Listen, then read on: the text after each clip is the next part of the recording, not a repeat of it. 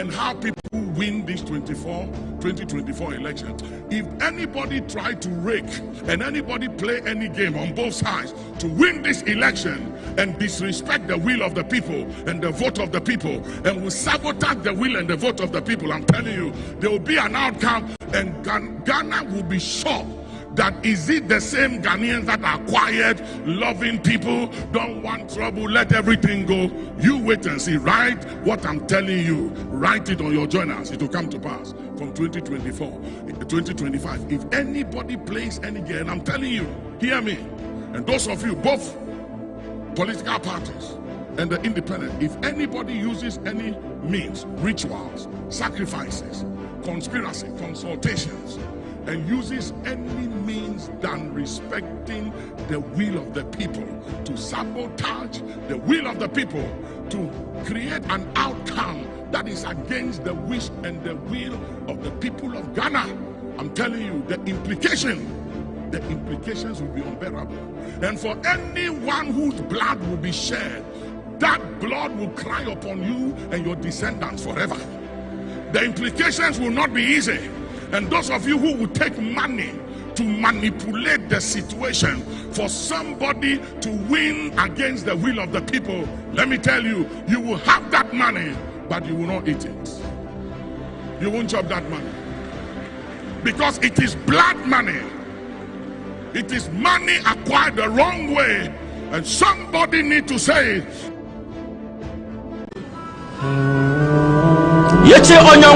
But we allow people, we give them our vote, they come, they do nothing, and we just keep giving them our vote. We don't think through.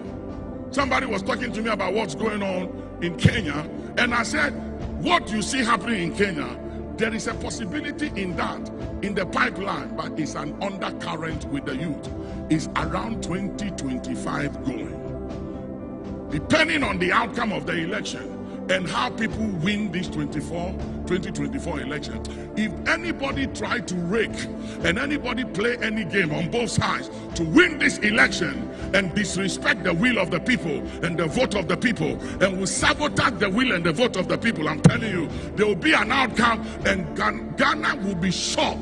That is it the same Ghanaians that are quiet, loving people, don't want trouble, let everything go? You wait and see. Write what I'm telling you. Write it on your journals. It will come to pass from 2024, 2025. If anybody plays any game, I'm telling you, hear me.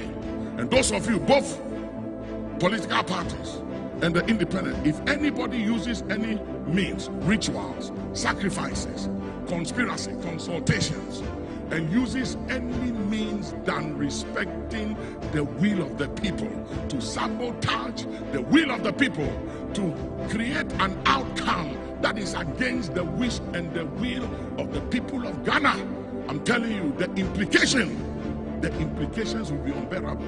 And for anyone whose blood will be shed, that blood will cry upon you and your descendants forever. The implications will not be easy. And those of you who will take money to manipulate the situation for somebody to win against the will of the people, let me tell you, you will have that money, but you will not eat it.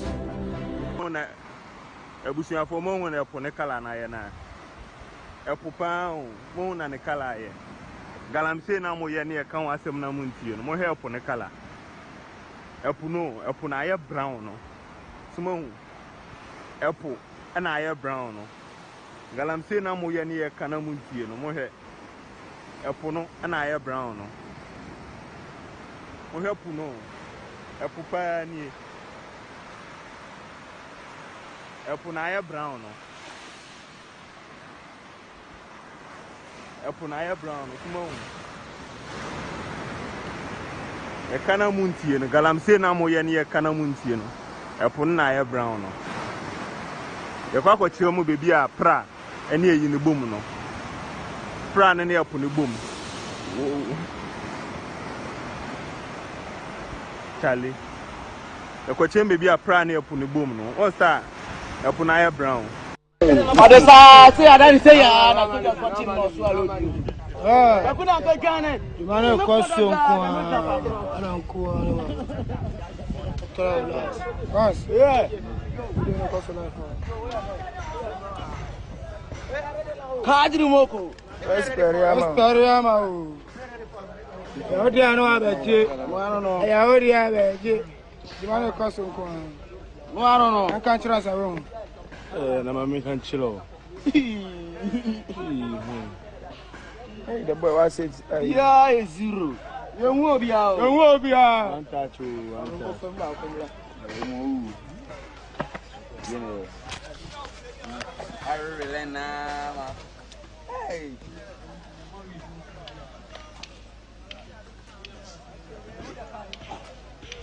You're not super flaky, but you're not super flaky, but you're not super flaky, but alright, boy. This amateur video shows final moments when an excavator dug out the remains of Gifty Manka, 26, who close friends say was pregnant.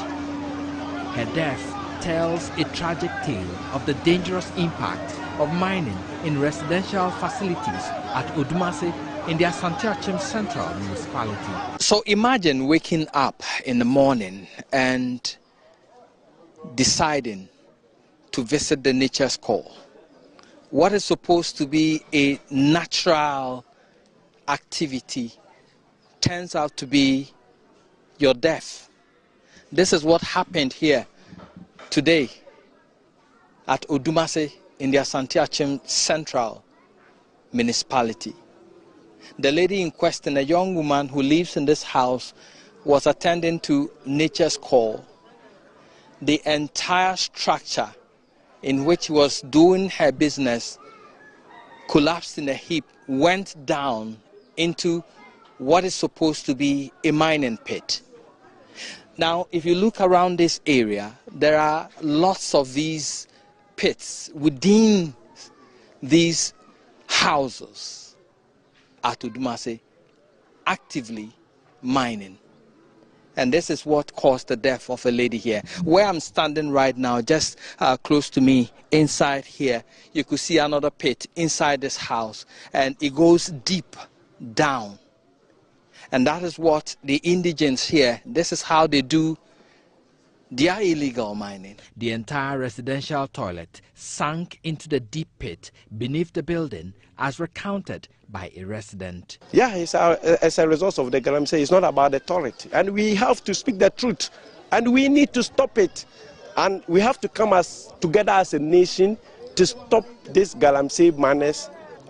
But we cannot allow this galamsey to go on in our houses. You know this lady who died this morning, she's not beneficiary of the mining, but she has died this morning because of somebody being a beneficiary of that mining. The sprawling Odumase Apeboso community is dotted with underground pits dug in homes, linking each other in what could be described as a hanging town. The practice of mining inside houses, which dates years back, is getting worse. The impact of continuous digging beneath houses could be seen in the huge cracks and the sinking earth around buildings in the town. To the ordinary eye, this is a normal residential compound house. But inside it, we found deep pits laced with wooden steps that go several meters down. We were shown a number of such houses at Odumase.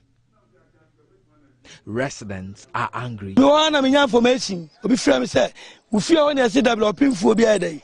At the toilet to was sinking. Omo disika say krona nkasa. At the party for sasia and I adwuma no afiem metimi de mako house to house. I move to be. I be fear ba ko de mensuro. Afie brono was so we kwa na nya skani. God will must send one. Almost can cry a day around because some fear 2030 yet to God room because he can't answer yet. Police sources say they've heard of the pits and mining in residential facilities, but cannot barge into private homes without a warrant. This you see here, this gate does not lead to any storeroom in any building. This, if you peep through, leads to an illegal mining site under this building. There is a pit in here, barricaded with wood, which goes deep down. And that's the kind of illegal mining people here do at Odumase in the Asante Achim Central District. After for a high galamsey site, for occasion a maikwa a hard in papa. The Senai Moy Ebre galamsey site, say Omo draining soon be a gun chain. Inti the Senai one Ebre ewo a form ho. There's a Omo kunkum one na a moy na wua that ye be a ding. Yenchim banden on bay. And there's Sadibo. There's Sadibo ultimate. I say, Okra, so duty, Okayanka. You never will bring no cost or memoir. A hard yes, a film. One can say, send a more bre, send a more bre. We share Amanonia. A send a young and Noma, nay, we almost crop with a treaty or more. Send a treaty young boy, sign a treaty and one man women. A young lady in perfume. Say, I saw a young boy film. Ubia a complain a young qua Aden. Aden a yeti on my moon can say, dear home bonny sing. Own password, O Sika crowd beginning, own drink watch now. Own drink the only being out now. Now, own your watch now, own him Zawaba. Aden, share, all day when it is a way saying, when it then so watch now, and it did me the one, paying swing I say, yes, saying swing, I say, Crabba. Uncle Cransua, Obesity Yanswan, you're saying soon, a tray cocoa in egu, your body a training egu, it's a galamsey, yes, say be our man women. Who can't say, who the onion cry? Ya, man, when it be any baby, who to a near winning to be being, she natural resources and a couple of my empire, wash it, in Sue, she had no more good mind. What is a Osha Nayasifum? Osha, a Yasifum, a ya. Or go banning the kitan nam say, Namna kitan namna a brain of any desenam nebre. There's on no matosunzi on drink in green shade. What matosu and no, not chance way or chance. I Kufu. Name of the Almighty God, faith and allegiance to the Republic of Ghana and integrity of God. I will preserve. So, Dankwa Akufo elected to the High Court of Ghana.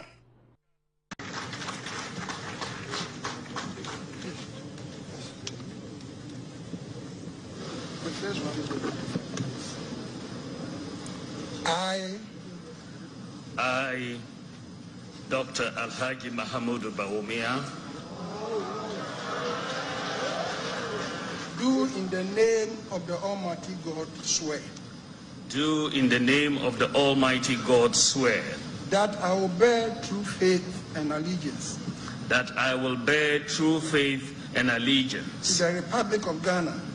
To the Republic of Ghana. As by law established. As by law established. That I will uphold. That I will uphold. The sovereignty and integrity of Ghana.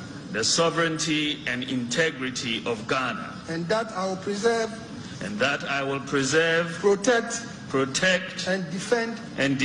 The Constitution of the Republic of Ghana. The Constitution of the Republic of Ghana. So help me God. So help me God.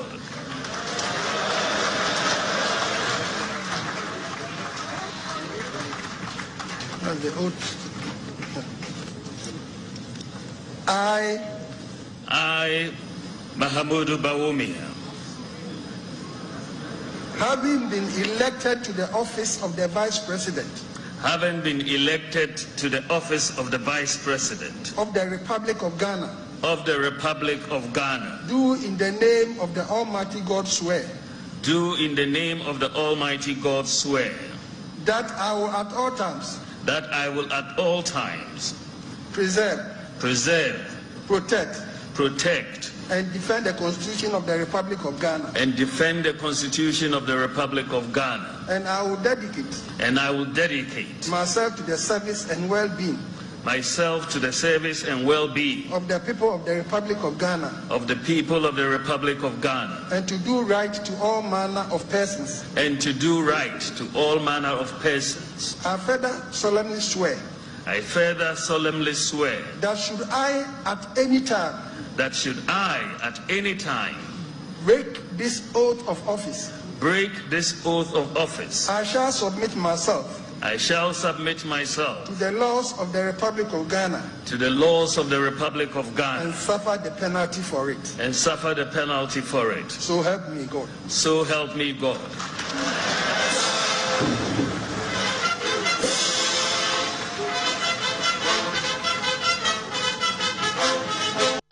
Yeah, in so forms no mo sunie.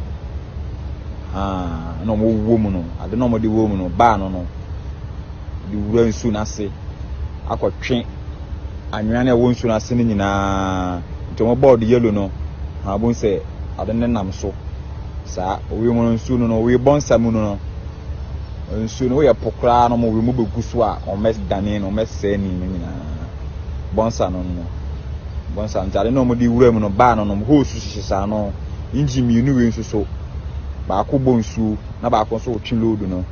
So we for mo bugu domfo boat mo bugu nsu so. Mo nsu no so nko an no mo ye adwuma. To mo wo mu no we no.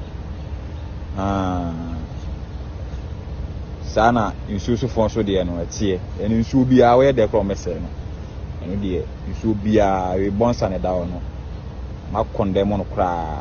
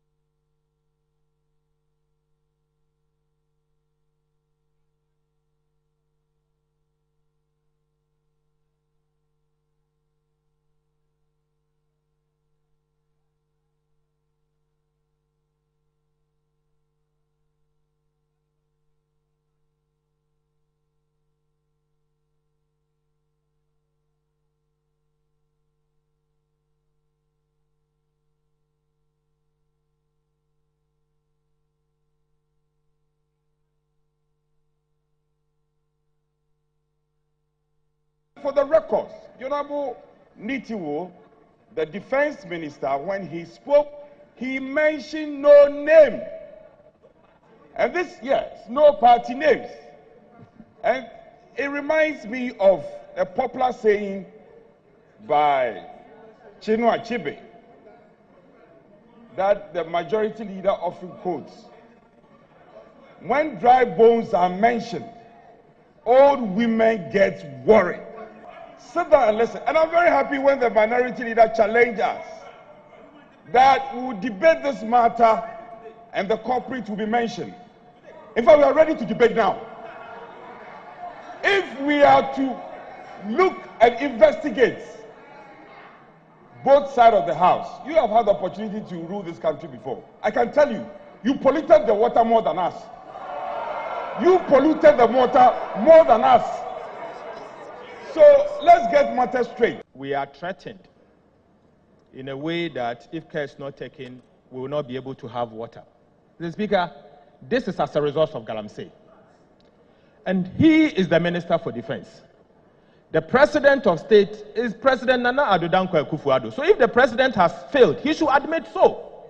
And if he has failed as a Minister for Defense in tackling galamsey, he should admit so.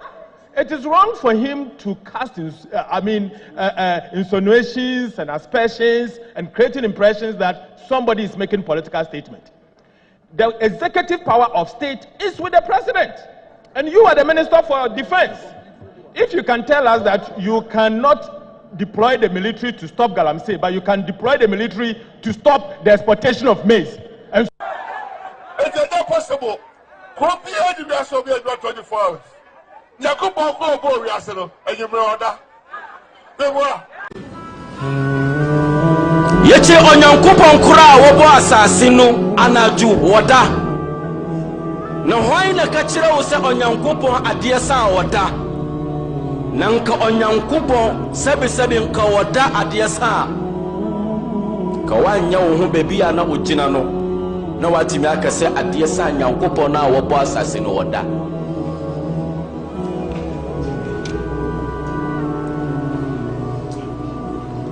Jama'a maganganun da ke faruwa da su Allah ke kama mu, wallahi da su Allah ke kama mu. Allah ya gaya mana onyan kupo na kacirayen ewa ciro kurun Qur'anu mu. Wasi Allahu la ilaha illa huwal hayyul qayyum la ta'khudhuhu sinatun wala nawm له ما في السماوات وما في الأرض. الله أكبر. من ذا الذي يشفع عنده إلا بإذنه. الله أن ينكبون لا تأخذه سنة ولا نوم. ينكبوا كسا ونوندا نووا بجنا كسا But we allow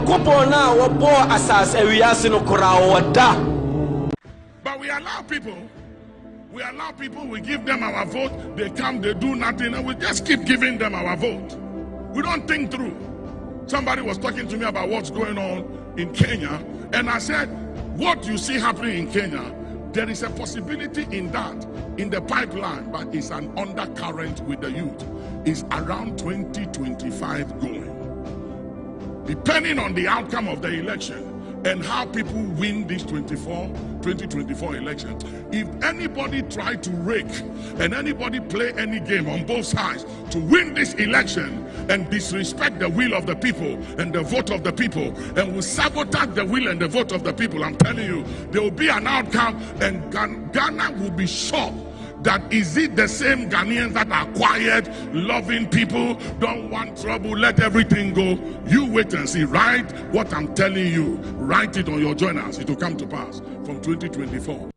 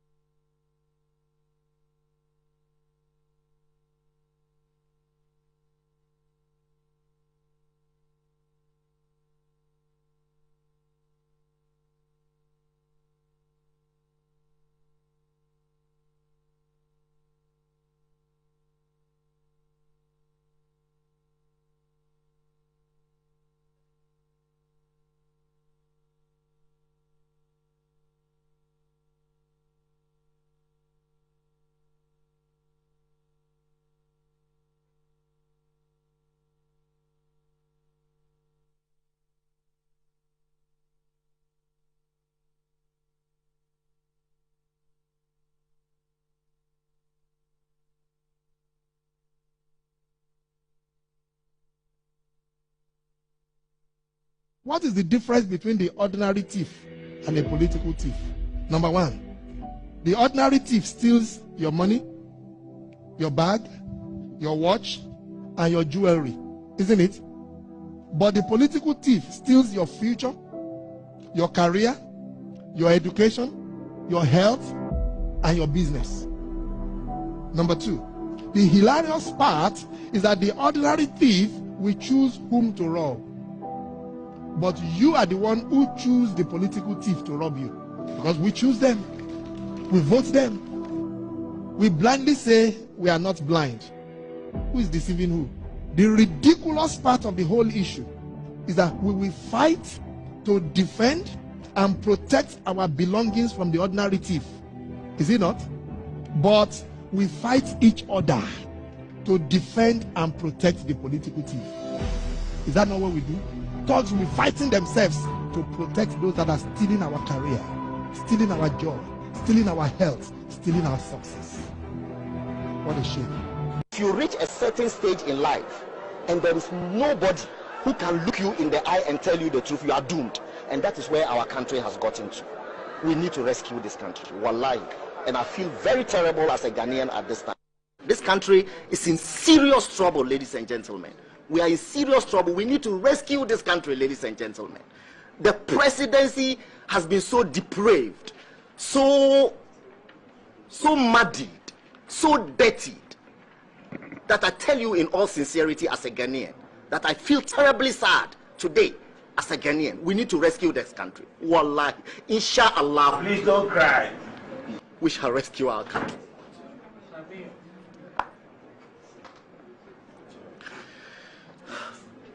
Government is broke, government is broke. The people are spending billions to go inside the government that is broke. Have you ever seen a minister who resigned because government is broke before? Government has no money. Have you ever seen a governor who said, ladies and gentlemen, when I was elected, I thought the government had money. Now I discover government has no money, I resign. Have you ever seen it? Government has no money, but they are bringing money out at election time. Where is that money coming from? So they are lying.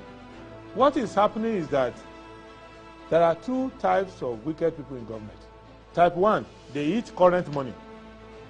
Any money they find in government, they will eat it. They are wicked about that one. There is type 2. Type 2, they eat current money and future money. They will say, my term will end next year. When I leave, how will I eat money? Let me borrow money now and borrow money of the future and eat it now.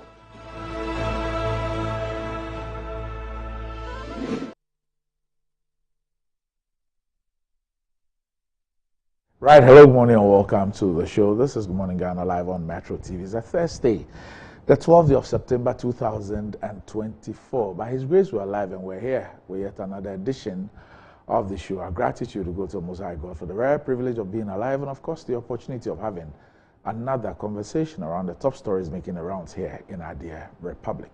I'll let you into our panel for the morning's conversation shortly, but let's take a look at the front pages of our newspapers. Daily Graphic.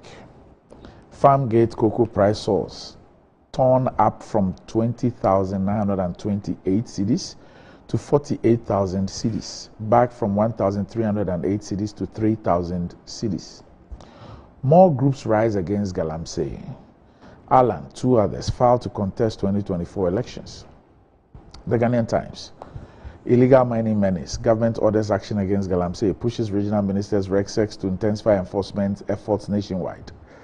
Support government to build resilient economy. Maintain peace ahead of December polls. Labour Minister. Alan, two others, filed nominations to contest December 7 presidential poll. Organized Labour, associations, CSOs join call to combat illegal mining. The New Crusading Guide. Lands Commission deflates a Blackwest claim over number 5th Circular Road property, says land does not belong to Asasi Broadcasting Company. But Okujeto didn't say it belongs to Asasi Broadcasting Company. Declare state of emergency on galamsey, CCCFS to government. Abandoned on landfill and matters arising. Ghana needs Biome's digital focus for global competitiveness. Dr. Bannon. Small-scale mining not a criminal venture. Reginald Osubuampong. Gomoa Ojobi Agona family installs new Abusuapeni. The Insight. Alan Cash files for 2024 in grand style. Fear grips NPP as opposition gradually beckons. Race for Adenta constituency seat. NDC NPP have failed as vote for me. Independent candidate urges voters. Small-scale mining not a criminal venture. Don't ban it. Miners tell government. Mahama bemoans spate of armed robbery attacks and killings in Ghana. Iran denies supplying missiles to Russia. Ask US and allies to stop arming Ukraine. The Daily Statesman. Big plan to expand public infrastructure under Bawumia government. Government renews commitment to sustainable legal mining. Samuel Oku leads NPP street campaign. NPP confirms Abdul Kabiru as parliamentary candidate for Wale Wale. Government increases 2024-2025 cocoa price by 45%. Front page comment. Wale Wale MP offers useful lessons on loyalty to others in NPP. The New Republic. TUC joins anti-galamsey crusade. Threatens nationwide strike action. CAF passes verdict. Withdraws approval for Baba Yara Stadium 2. World Cup fraud dreamer. NPP's Hajide owns up at last. Daily Post. Professor Nana Jane will make history as Ghana's first female vice president, Mahama. Government's efforts to stop galamsey are weak, inconsistent, and corrupt. Bishops' Conference. I'm no longer a politician, as Amajan denounces NPP. Enough is enough demo in all 16 regional capitals, 9 a.m. Tuesday, September 17, 2024. Business and Financial Times. Cocoa prices up. Inflation continues decline, down to 20.4% in August 2024. Market watchers warn of remaining upside risks. Imperial General Assurance appoints Harry Oforiatta as new MD. Phase 2 of Access Bank's A Sandal More for a Better Tomorrow initiative takes off. Digital solutions to drive compliance trade. Afri-Exim Bank. Feature. Standard Chartered leverages technology to unlock literacy and public speaking potential in youth. And another feature, Presidential Wash Compact, a critical pathway for national development. And that's about it. For the front pages, we'll be back shortly.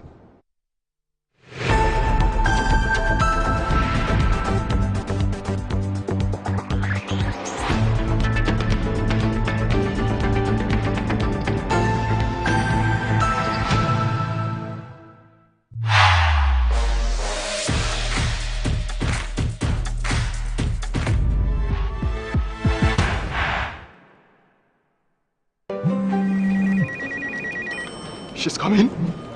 She's coming!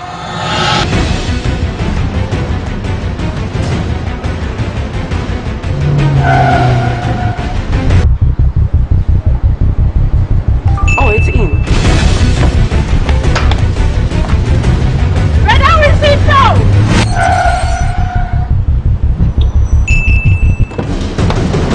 Boss, let's go back. Here. Take this. She's coming. I know. Go to the pharmacy now. She's coming.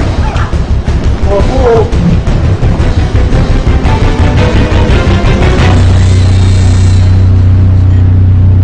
She's here.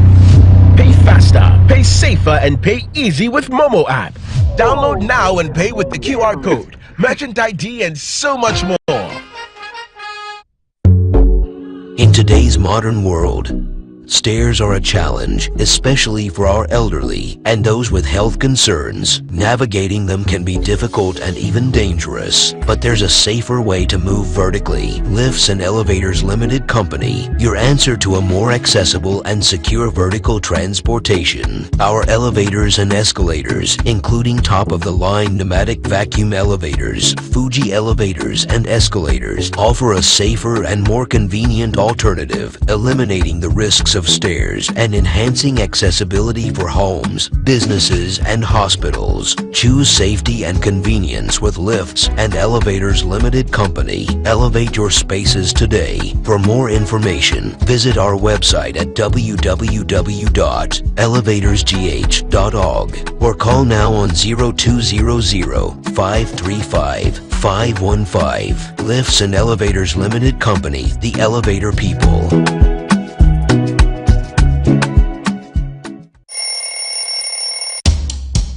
Anti-cavity, gum protection, brighter teeth, and fresh breath.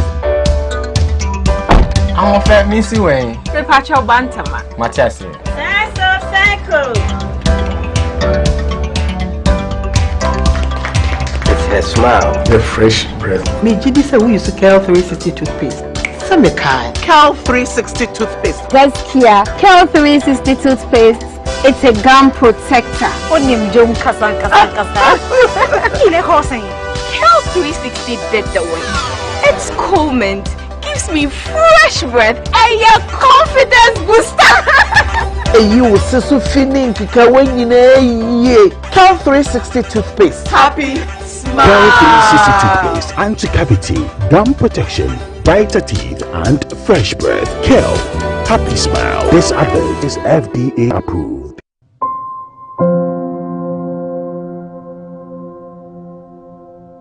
Ama, nansi mi jeno wo bin enkoye kwao. Ama ma ye bohu se kontomra akija. Nansi me hu se me nyo basima kura. Ama me kunu me into kwankwa. Oh, you right. Enye mo ko. Give us GC mixture and any capsules. Aye num boom. En ho asem na mo kana. E boa emma ene meme nyina. Ne ma wo ba ye obesima. Na be ma so aye pemesima. Ya, we the brown I'm an giant sour the shelly bottom. No, when you never need to say, you owe you chop one.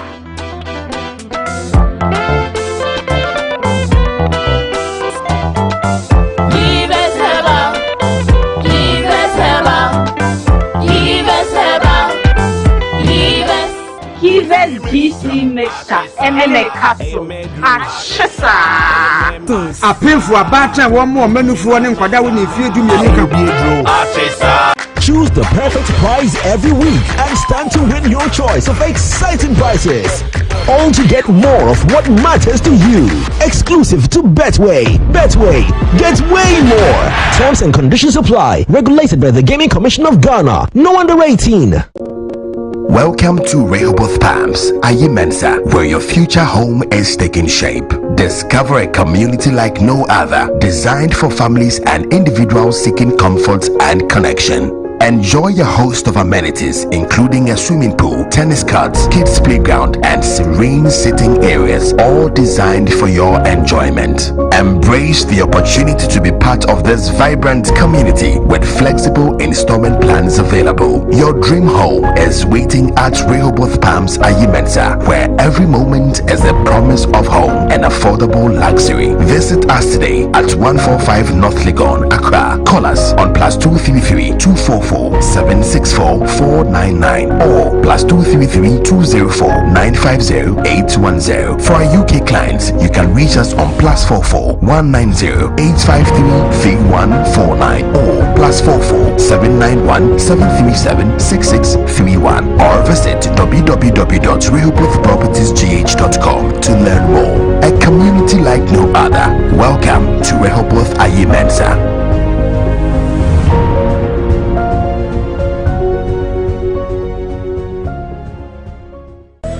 You're the answer to my prayer. You're with me everywhere. You're my angel, miracle. You're all I need tonight. Give me shelter from the rain. You breathe life in me again. You're my angel, miracle. You're all I need to know. Tonight, the luckiest *712#. luck is everywhere. 8K. Hey, you get an 8K. Get back packing so you have to Wallah. Hey, wait. You can put it on his tab. This is my man. Good luck. Hey, The bill ready here. We have *712#. It's much phone. I'm on dialing the magic numbers. *712#. Now welcome to the luckiest. And now with me at home ticket. You can buy for yourself or your loved one. Mommy, tell mommy who's here. You're buying for me, right? Or who else? Aww. Let's choose buy tickets for adults. Love you, boo boo. Maybe straight to option 4. Now, you need to buy tickets worth 50 Ghana to qualify. Yes, you can buy random or prefer tickets. I'm choosing random ticket. That's it. Listen, if you buy the random ticket, the system chooses a random number for you. But if you buy the preferred, you get to input your own preferred 5 digits. 5. Baby, give me your 5 numbers. And how much are we buying? Babe, look at the body and buy you. With your body, So good, miss. Hey, there are. Tread cautiously. Now follow the prompts and confirm. Now the luckiest. The luckiest is regulated by the NLA on the Caritas platform, not for persons below 18 years. TNCs apply.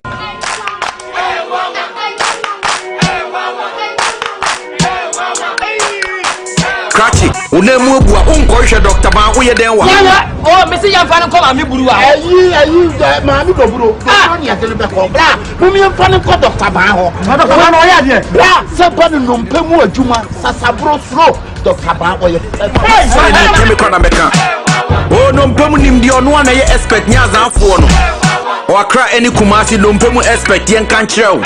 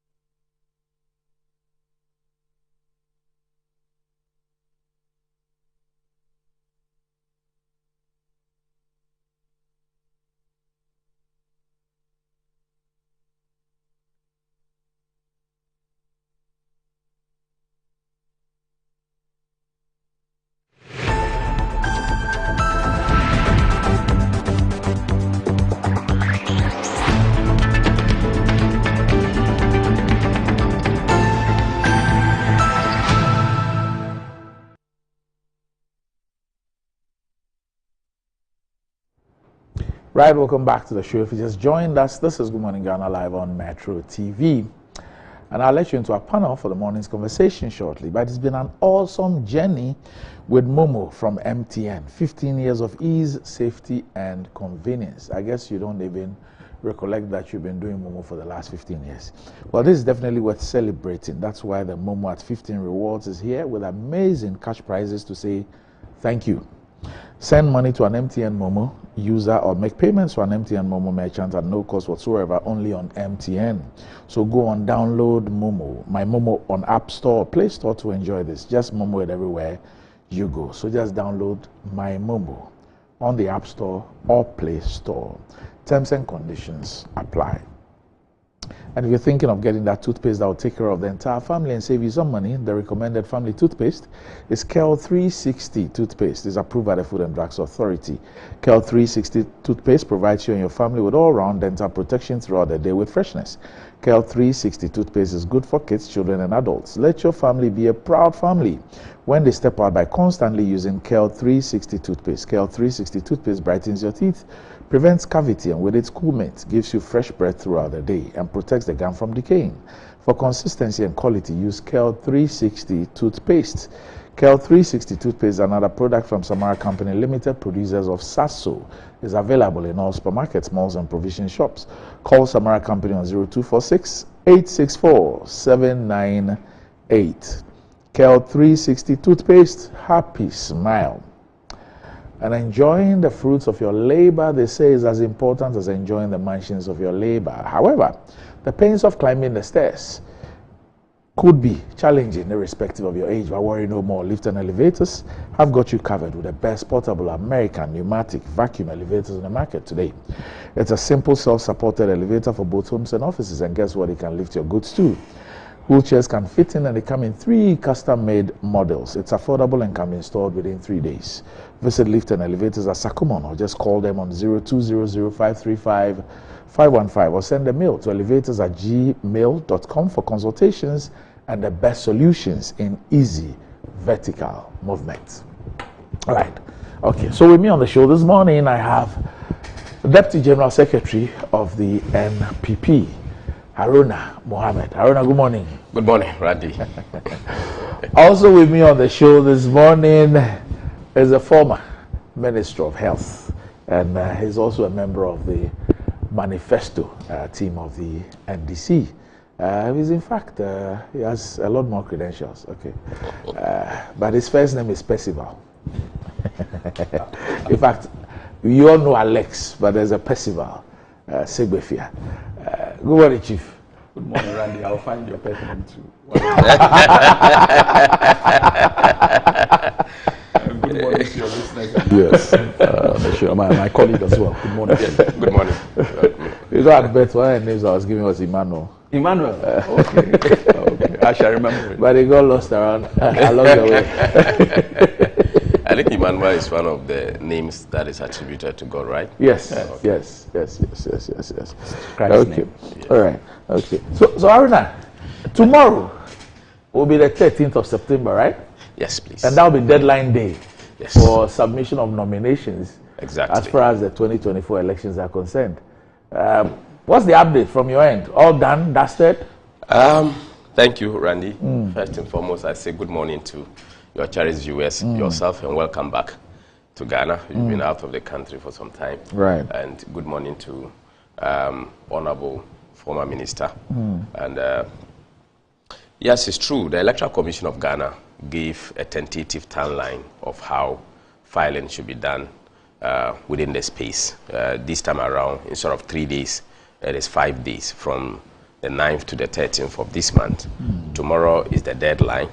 On Monday, the MPP had 273 of our aspirants filing, including the presidential candidate of our party, filing on Monday. We are left with 3, and these 3 will be filing today. That is for Wali, Dr. Kabiru would be going to file today. Then we have Formina, who has also filed. Formina has already filed, so it's like we two. Who's your candidate for Formina? Yes, the current independent candidate. Does it mean he has crossed carpet? He has not. He has come back. No, he's in Parliament as an independent candidate. Yeah, so he's fine. So if he's running on the ticket of the MPP, it means that he has crossed carpet. As far as Parliament is concerned. I don't know. So I don't know the law. So there are implications for that. We have had filing being done. We've had other sitting members of Parliament who are filed independent.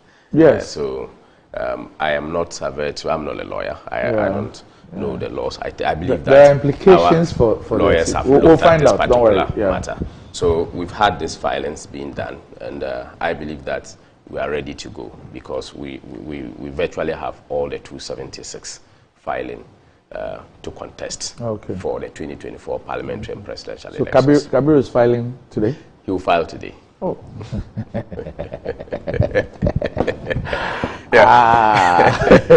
Fire and brimstone. Oh, but anyway. it was good. You see, democracy is something that is very good. We want an election. Somebody disagree with the outcome of the elections. He went to court. The court pronounced judgment. The party issued a statement and formed a committee. NEC affirmed that we went to run the elections because democracy is very expensive. We have different varied views from different sections. Security lapses a bit. We had inconclusive elections.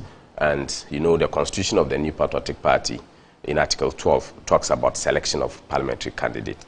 So this matter was brought before NEC yesterday. Before NEC could decide on this particular matter, the sitting member of parliament graciously decided to withdraw from the race, and NEC commended her for what she has done, because for the interest and the peace of the constituency, and for us to be able to edge on and bring everybody together. There was not much discussion on that particular matter because of the withdrawal. But lo and behold, so NEC would have taken a decision. Her action made it easier. Easier. Okay. Easier. But if there was no such action, NEC would have still taken a decision yesterday. Which decision you have taken? I don't know, because NEC would have discussed the reports and what have you and take a decision. But her withdrawal made it very possible for NEC to not have extensive deliberations on that matter and went in to confirm the other contender, which is Dr. Abdul Kabir, to be the parliamentary candidate for the New Patriotic Party. Right. Okay. Now, Alex, are you done? We're done, but we have a small hiccup with Amenfi. An MP? Amenfi. Amenfi? Yes, I think Amenfi Central. Yes. Joanna Kujo. Exactly. But she's she's filed. Yes. She's done everything. But the EC is now left to, what do I say? Put her name down. And they are, for one reason or the other, which I won't go into now, dragging their feet a bit. Why? They seem not to be satisfied that the old issues are out of the way, which is unfortunate because they conducted the elections and they have signed all the forms. So we are just watching this space. But apart from that, we are good to go. I know that we are going to do a rerun on a particular conference. We did. They did. Okay. We've done it just like how... Sunday, okay. Yeah, because I read that... it was conducted by the EC. Okay. Yeah, I read all that forms signed. She ran on a pose or something. Yes. Everybody else yes. withdrew. Okay. So it's not very different from yours. Yes. But the EC is yet to affirm her as a candidate. Yes. Okay. All right. I'm sure that... they may have done as of last night or yesterday evening, but I'm not privy to that information at the moment. Okay. So whilst we are at that, still talking about the deadline and the election and all that, you have announced a demonstration on the 17th. Yes. Of this month, and you're saying that enough is enough demo, and there's a demonstration in all 16 regional capitals, 9 a.m. Tuesday, September 17. Yeah. Why? Well, thank you so much, Randy. I think that continually people seem to have the impression that simply because we are in opposition, anything that the EC does, we are mandated to begin to question it. But we have not questioned the EC without actually having a good basis for actually questioning their actions. And let me start off by saying that the history of the EC in the last 8 years is the basis from which there's this heightened suspicion of their actions. Before I get into the reason for the demo, let's understand that when Charlotte Osei was removed and the manner in which she was removed created a level of suspicion as to why this had happened. Not just for one, but for the 3 top people at the EC. It was the belief of us in opposition that the appointments that subsequently followed had a partisan flavor. We then have seen since then other clearly partisan appointments, which we even took as far as the Council of State. And these appointments have been approved of clearly partisan MPP apparatchiks in some shape, form, or fashion. You then see over the period with the registration, etc., the constant flaws of figures and additions that the EC has embarked upon. So anytime they come out with their figures, we have to go and tell them, correct it. This is not right. You put on top of that the way and manner in which in the last election the results were actually announced, where for the first time in our history, the EC made a blatant mistake, had to come back, correct, and then correct and correct on the website, leading us to take a matter to court which, notwithstanding the outcome of that result, has left a bitter taste in the mouths of many. And so any suspicion that comes up is not based on things in the air. It's based on the performance and actions that have been attributed to the government of Ghana, who has done all these appointments, and also the EC. Then we come now to the exhibition of a provisional register. And once again, we find numerous flaws in the provisional register. We have made a request to the EC, which they are holding back on because they don't seem to think there is a need for what we are asking for, which is a forensic audit of the register. 2, 1, the forensic audit of the system or the process, and secondly, the forensic audit of the actual register and the names. Now, what is surprising is that this is not the first time in our beloved country that this type of request has been made. The first request was made in 2012, to my recollection, where the MPP, then in opposition, sought a forensic audit, and it was granted. So forensic audits are not new to our voting or our political environment. Checks were made, and we then went into the 2012 election, which they then subsequently even challenged in court. What have we found with this current provisional register? We juxtaposed this current register with the 2023 register, and we found 3,957, close to 4,000. And it's ongoing, so it's not like this is a stagnant figure, or the figures I'm quoting are stagnant.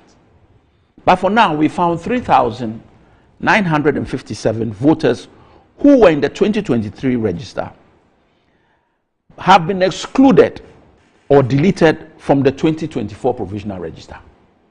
Their names don't appear, but they appeared in the 2023 register. We then found 2,094 voters transferred their votes in 2024, but their details are not contained in the 2024 absent list for their respective polling stations. So the absent list, which is at the polling station, should have their names. It's not there. It calls into question the legality or the validity of the said transfer. We then had 243,000 voters who transferred their vote in 2020. Note it. They have been added to the 2024 transfer list again,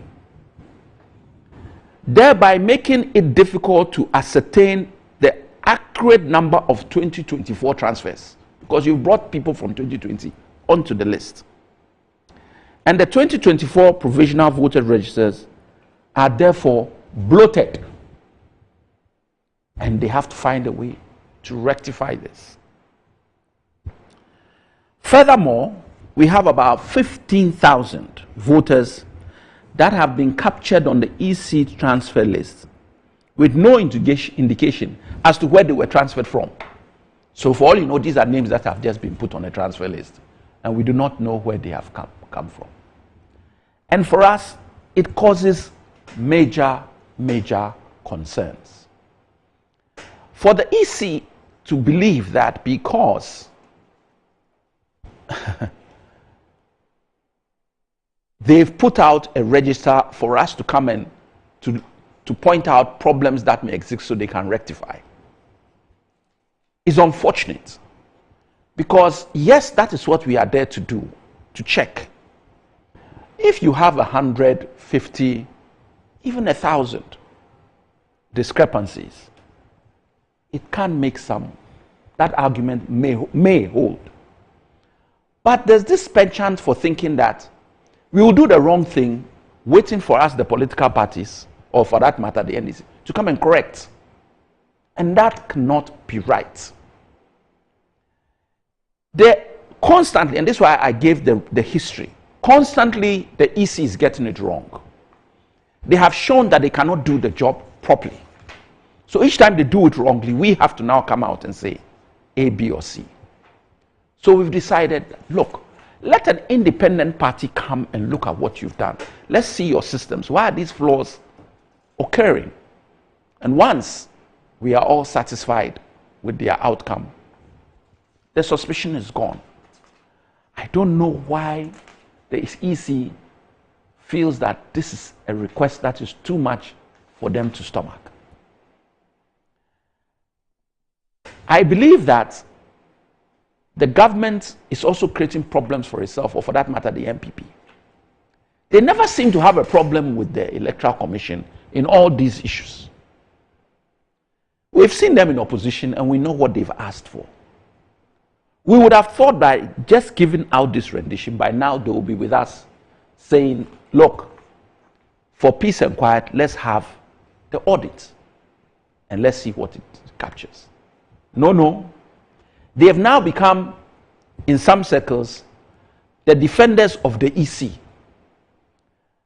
They are now the spokespeople for the EC, trying to give reasons why what we are asking for is too far-fetched.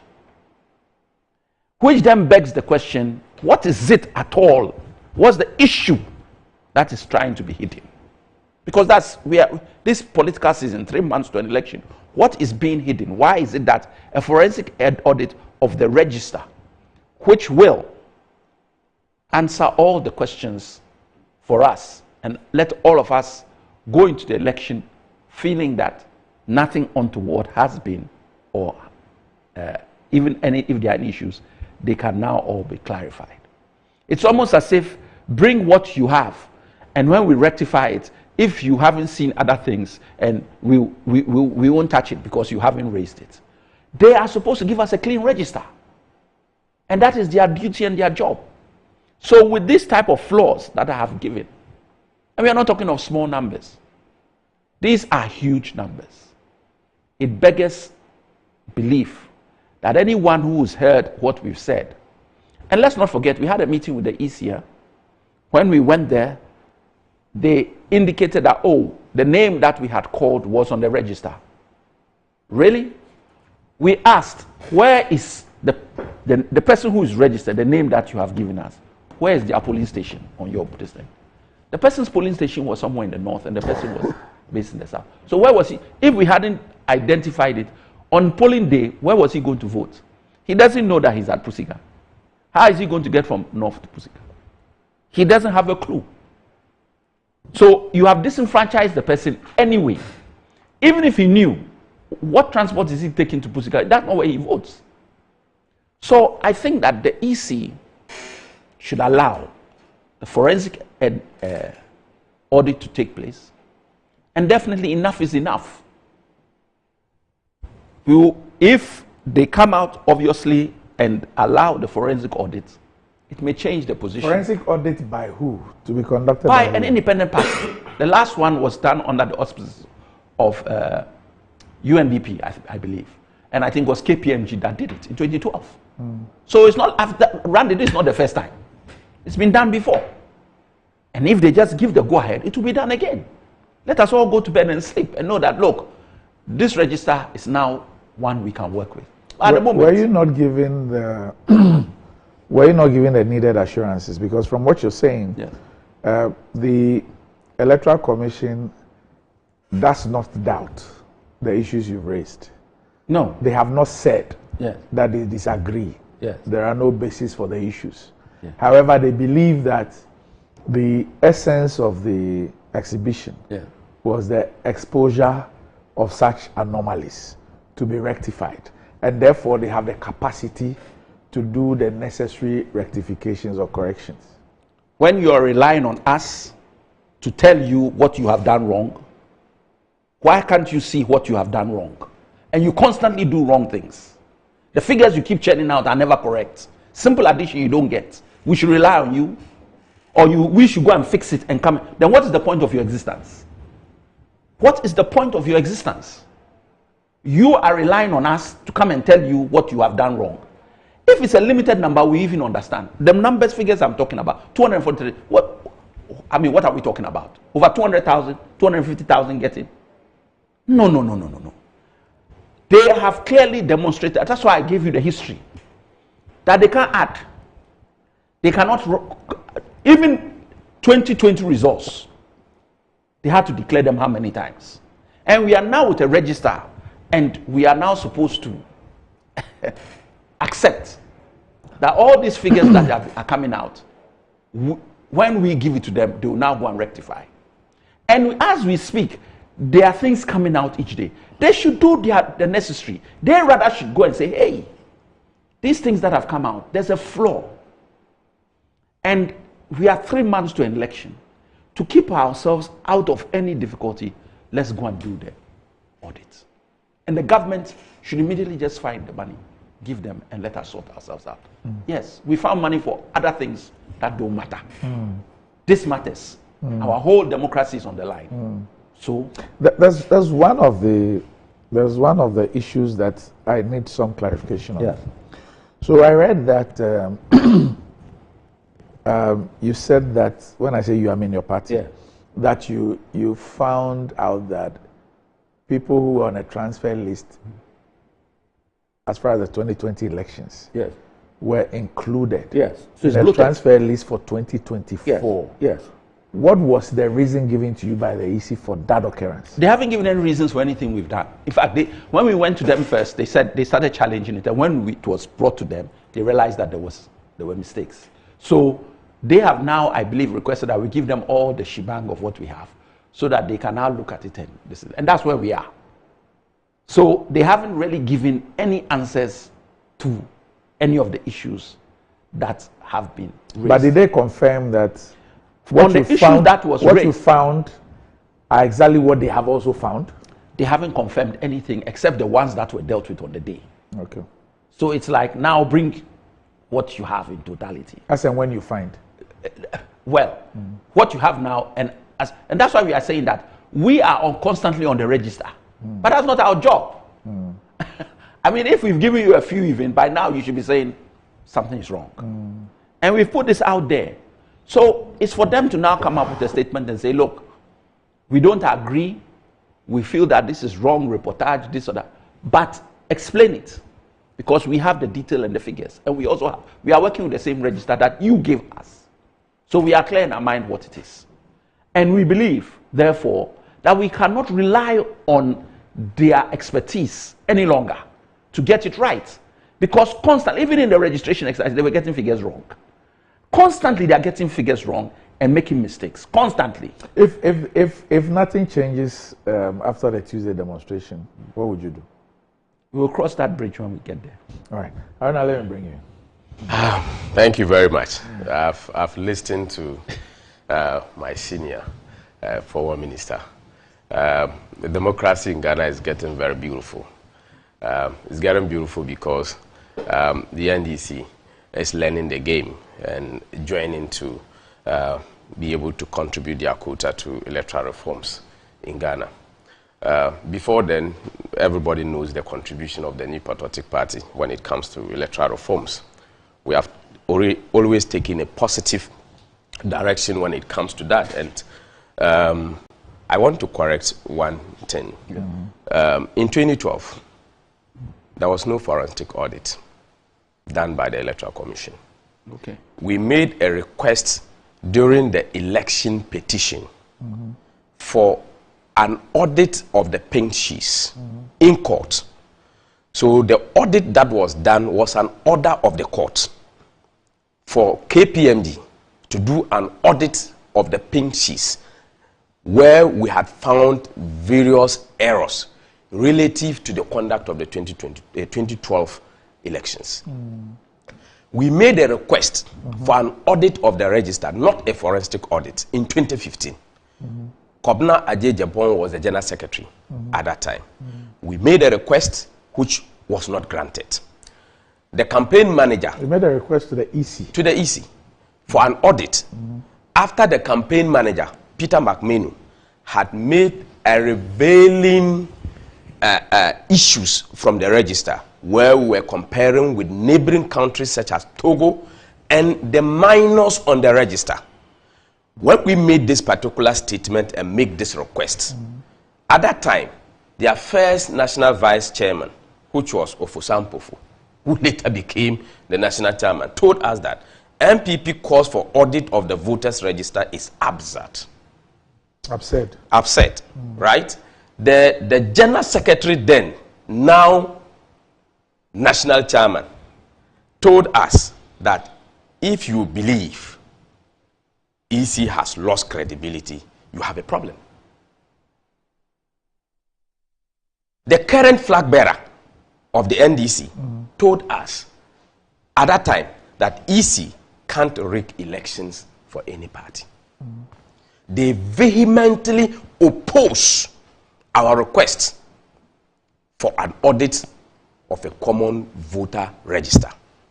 We made public, not through questions as you are asking to find out, we made pictorial presentation public to the Ghanaian citizen and presented same to the Electoral Commission. The Electoral Commission did not heed to that. We did not demonstrate even in a single district. In a single district to get it done. We went back to the drawing table and we made several proposals at IPAC where we thought that the better way to get these things stopped, where minors should not be included in our register, where foreign persons should not be included in our register, should be curtailed. The Ghana card was a major introduction that was tailored to solve some of these particular aspects. We also recommended an inclusion of certain features on the biometric system, which the NDC opposed in 2012. They opposed the introduction of the biometric system. Randy, you know, the MPP's contribution to electoral process in Ghana is unmatched, both in opposition and in government. From 1992, when we wrote the stolen verdict, it changed the entire electoral process in this country. We moved from the opaque ballot system to a transparent ballot system. We moved from this black and white to color. We moved from every stage, one stage, to this current this stage. In all instances, the NDC had opposed it, both in government and in opposition. But we continue to persevere, push on, even to the point of losing eyes and losing human lives. Gabi and Co were whipped. A lot of MPP bigwigs were beaten on the street for calling for a clean register to ensure a credible elections in this country.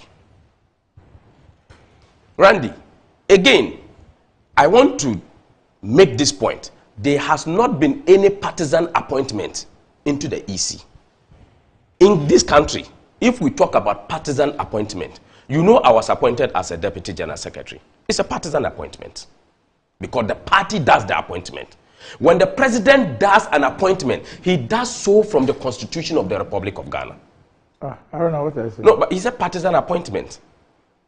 Yes. Yes, so if the president does an appointment, he's doing so because the Constitution has given him a mandate to do an appointment into a state institution. But we know that for an institution like the Electoral Commission, it is only the president. Yes, so that is it. Yeah, so when because he said it is a partisan appointment. Hold on. Let's not do a form of a substance thing. Hold on. Right. When somebody says a partisan appointment within the context of the Electoral Commission, we know what he's saying. But it doesn't mean that the General Secretary of the MPP signed a letter. But the point is that MPP signed a letter. What he's saying is that a known political party activist or a member has been appointed onto the EC. That's what it means. Randy. It doesn't mean that the General Secretary of a party or a chairman signed. Randy. Yes. In the Constitution of the Republic. Yes. Does it say that no member or citizen of this country should have affiliation, should have a soft spot, or support a political party? No. If you support a political party, does it take away your citizenship? No. So you can be appointed. Yeah, so what's the point you're making? So the point is that there has not been any political appointment, and you agree with me. You mean there's not been a partisan appointment? There has not been the appointment of a person. Yeah, in relation to partisanship. Politically exposed. No, in relation to partisanship. Like, I'm appointing you because you belong to my party. No. So are you suggesting that you are Deputy General Secretary of the MPP? Yes. If today you are appointed onto the Electoral Commission, it is not the appointment of a partisan person? Not at all, because I am qualified. Oh, okay, all right, okay, that's fine. That's yes, fine. because I am qualified. Yes, explain your point after. Apart from being a deputy general secretary. No, it's fine. It's fine. I went to school. That's the position you hold. It's fine. That's the position. Yes, yes, that's the position. It's fine. Let's go on. And Randy. Yes, sir. Today, the NDC says that they seize errors, and the Electoral Commission doesn't see, and they are the people reminding them. Hey,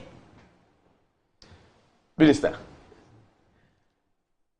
the game is learning so fast. NDC that could not even come to court with resource, that has not been able to collate correctly a resource in this country, is now identifying errors, and they are the only people that can see it. The Electoral Commission cannot see. For us, we are not going to speak for the Electoral Commission.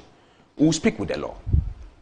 What is the position of the law that regulates elections in Ghana?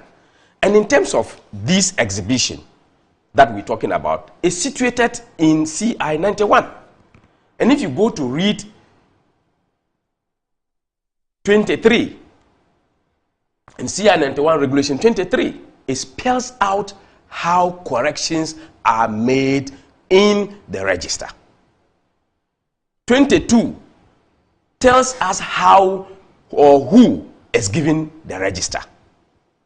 Before we went for the register as a party, the New Patriotic Party, the NDC had already signed and picked their register. They always tell the people that they picked it late. It means that ours were more late because they picked before we went to pick it on our drives. When you pick the register and you identify these errors, it is for you to submit these errors because you cannot correct those errors. It is the commission that has the mandate to correct the errors per the guidelines that is set out in Regulation 23.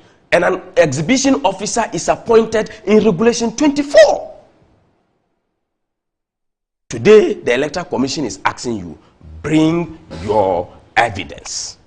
You say you would not bring them. You would rather prefer to demonstrate and present a petition to them. I thought they presented it to the EC. No, they did not. He just confirmed. He just confirmed that they did not? No, they haven't. They said bring it, and that is where they are. They have not sent it to them. I heard... so what did they do at the meeting? I don't know. No, we gave them stuff, but they said they gave, yes, just bring it, and they have not. When we went to IPAC, we discussed some of these matters, but the Electoral Commission says bring the entire data. Let's look at it. They cannot correct a data that is not before them. You don't want to present. You said you will do a demonstration. No, that's not the case.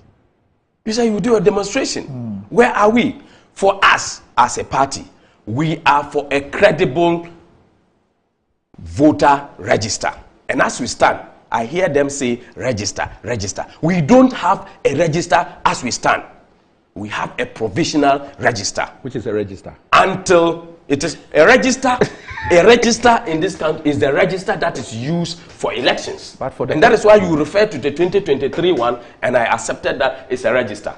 This one is a provisional register. Yes. A register is defined. If you check the definitions that is given in interpretations, a register is a clear register. A register that is not going to be attempted to. But provisional register is a register all of us must make input into. So there is no register. So somebody to say that the register is bloated, I disagree, because we don't have a register.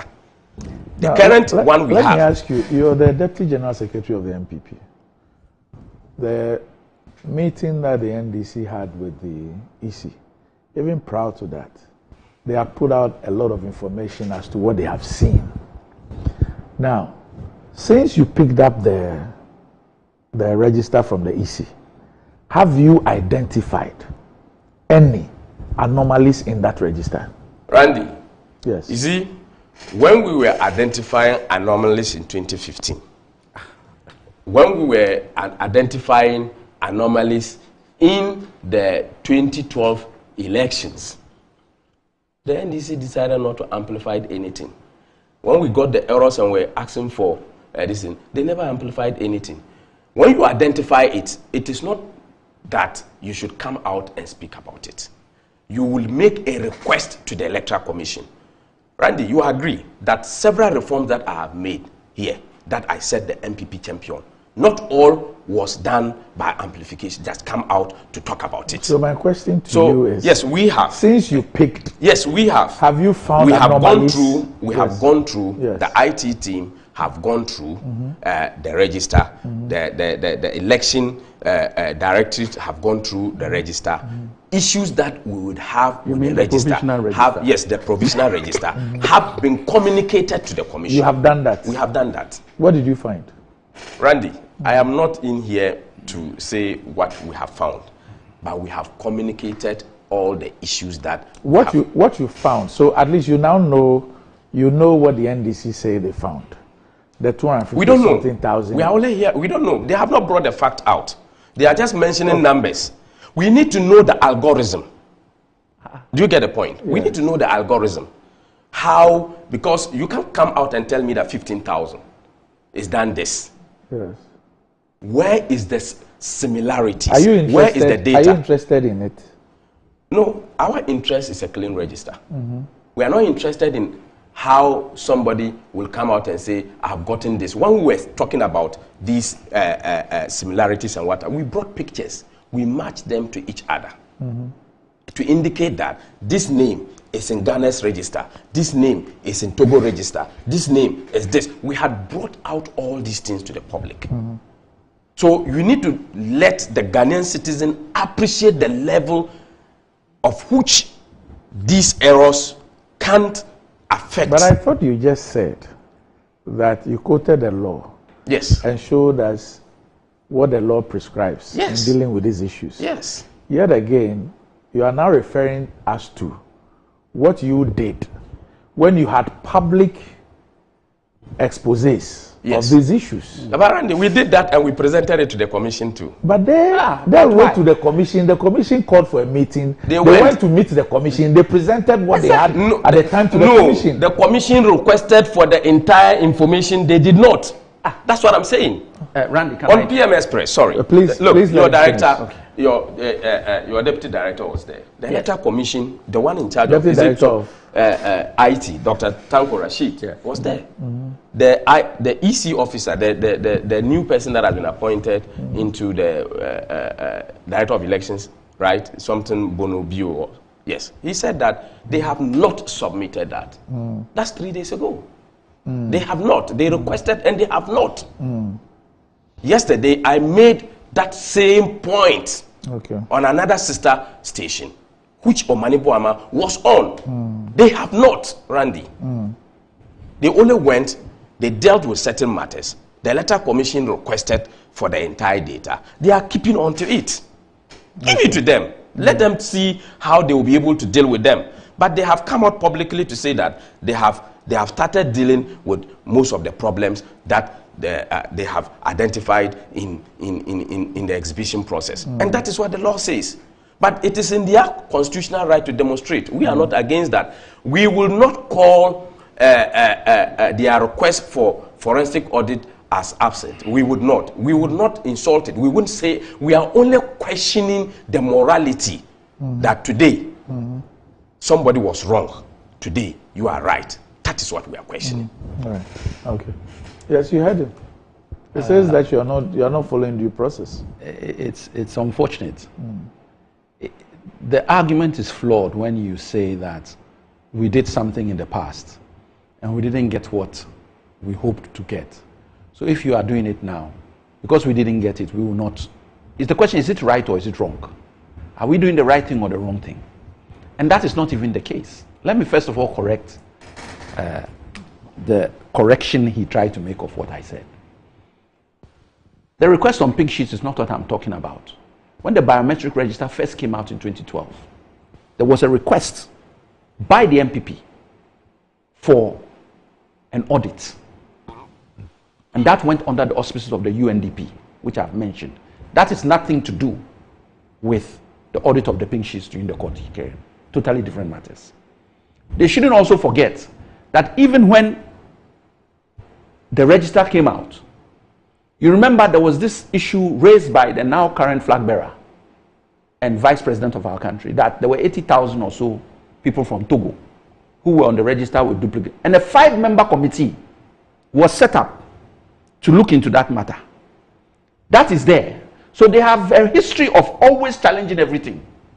Some they get, some they don't.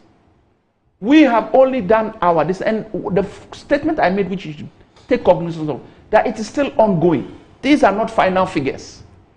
We are working, it's a work in progress. So if we have given you and you are in charge of the register, why are you waiting for us to give you everything?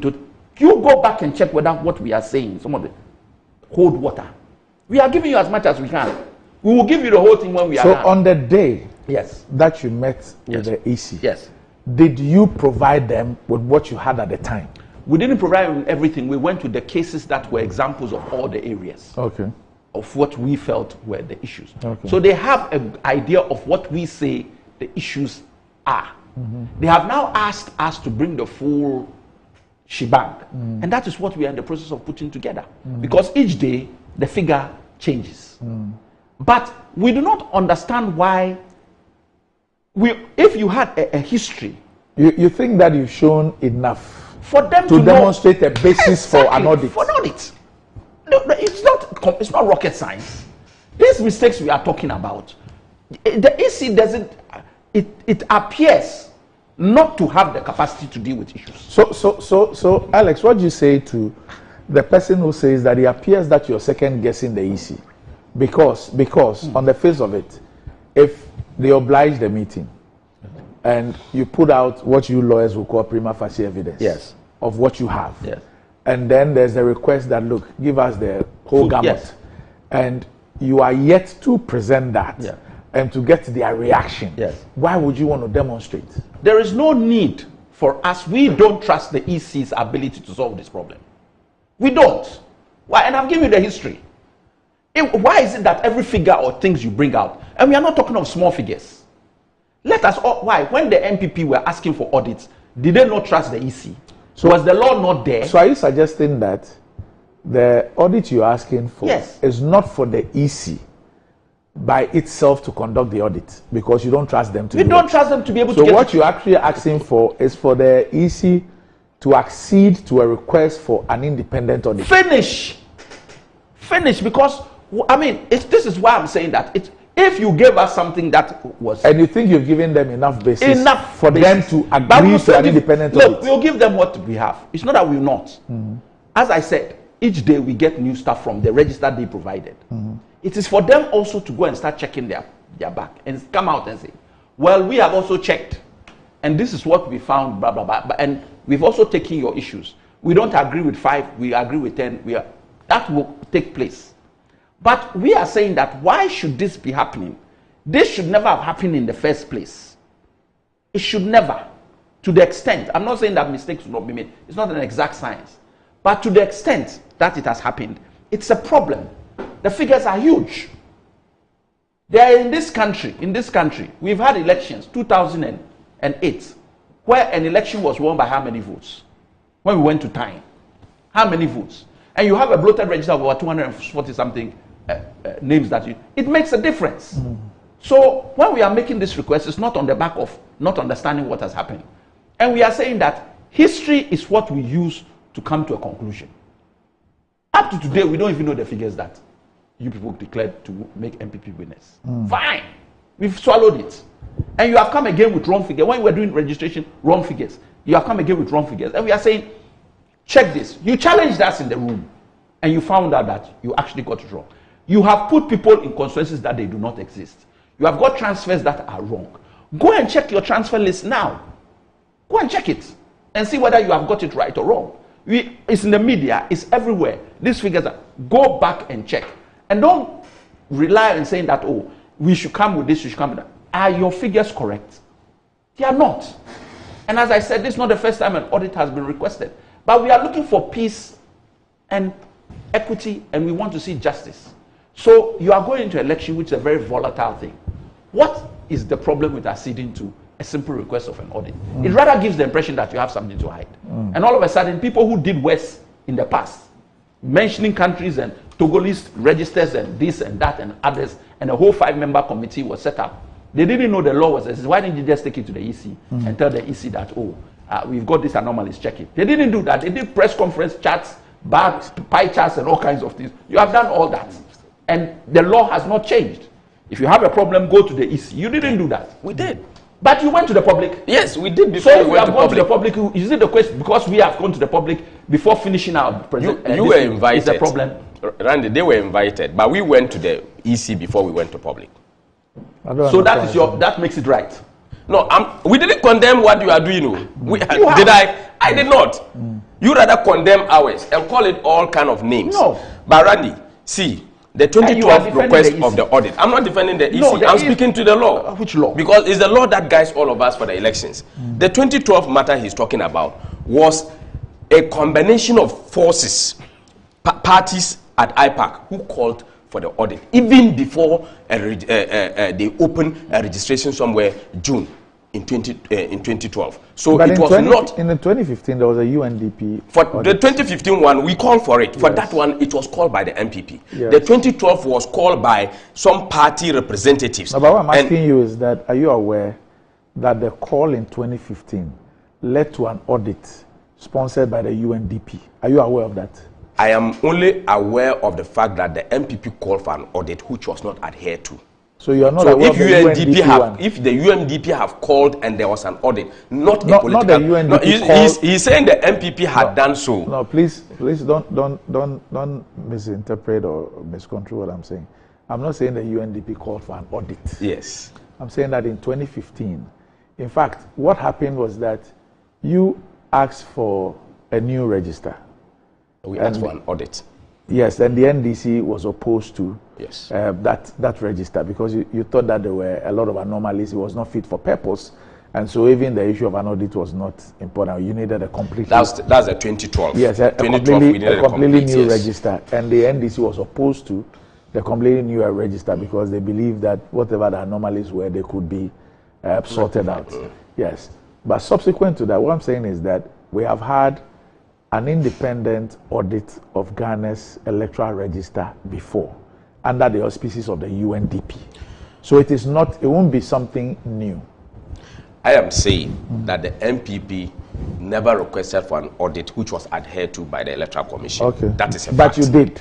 We did. Okay. Which I indicated what... So what's the point you're making? Are you saying that because you requested before it was not adhered to, if another party requests it must not be adhered to? He started by saying that it has been done, there has been precedent. I wouldn't have visited it. And I just precedent of an audit of a register. Doesn't matter who called the point is, no, the point was that the MPP was mentioned. And I can't sit here when the MPP request has not been adhered to and I don't respond to that.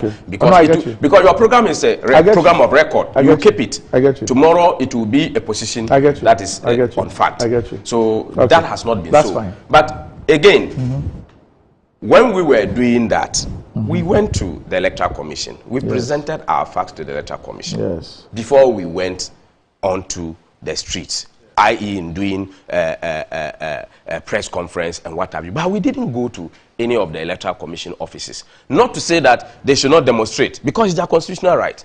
They have the right to demonstrate. Let my vote count, what was it about?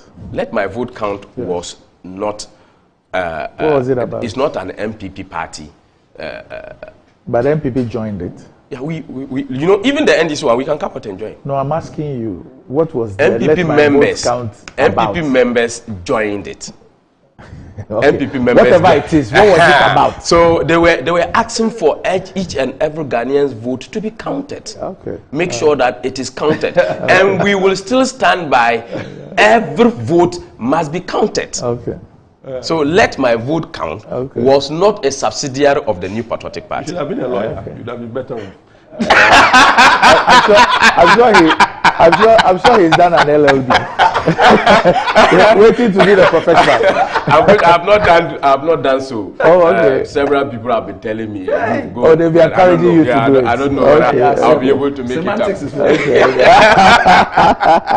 Anyway. So Minister, we all for a credible register, but we must follow the right procedure. And when I say that their request, would you want to share? Would the MPP be interested in sharing what is found in the register with the rest of us?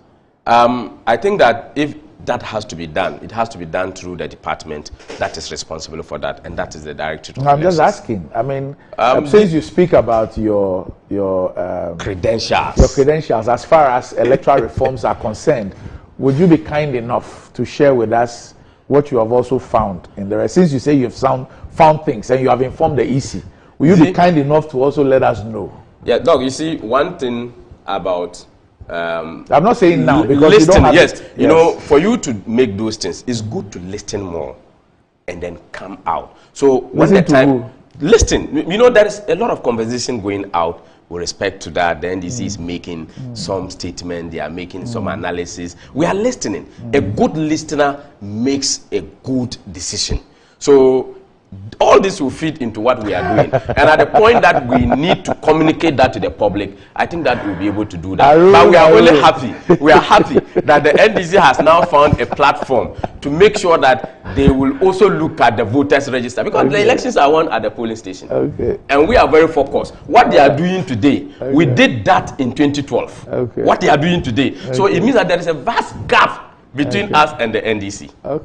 There's a clear gap. What they are doing today, we did it in 2012. So they are now beginning. Yes. The gap is as huge as. So I think that I am happy. You know, I went to their elections. I went to give solidarity message. I encouraged them to learn from us.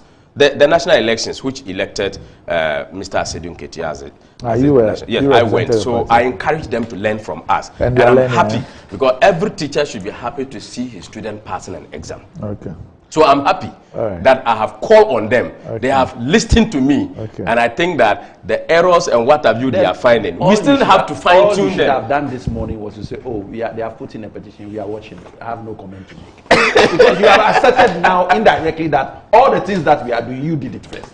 No, I said that the audit, if it is audit, we have done audit before. So what is the issue? And we've even called for a complete register. When I tell you are defending EC, because me, when I say we've done electoral reforms, Randy, you agree that the complete register that was done in 2012 was as a result of the IPAC discussions that the MPP has made several proposals to that.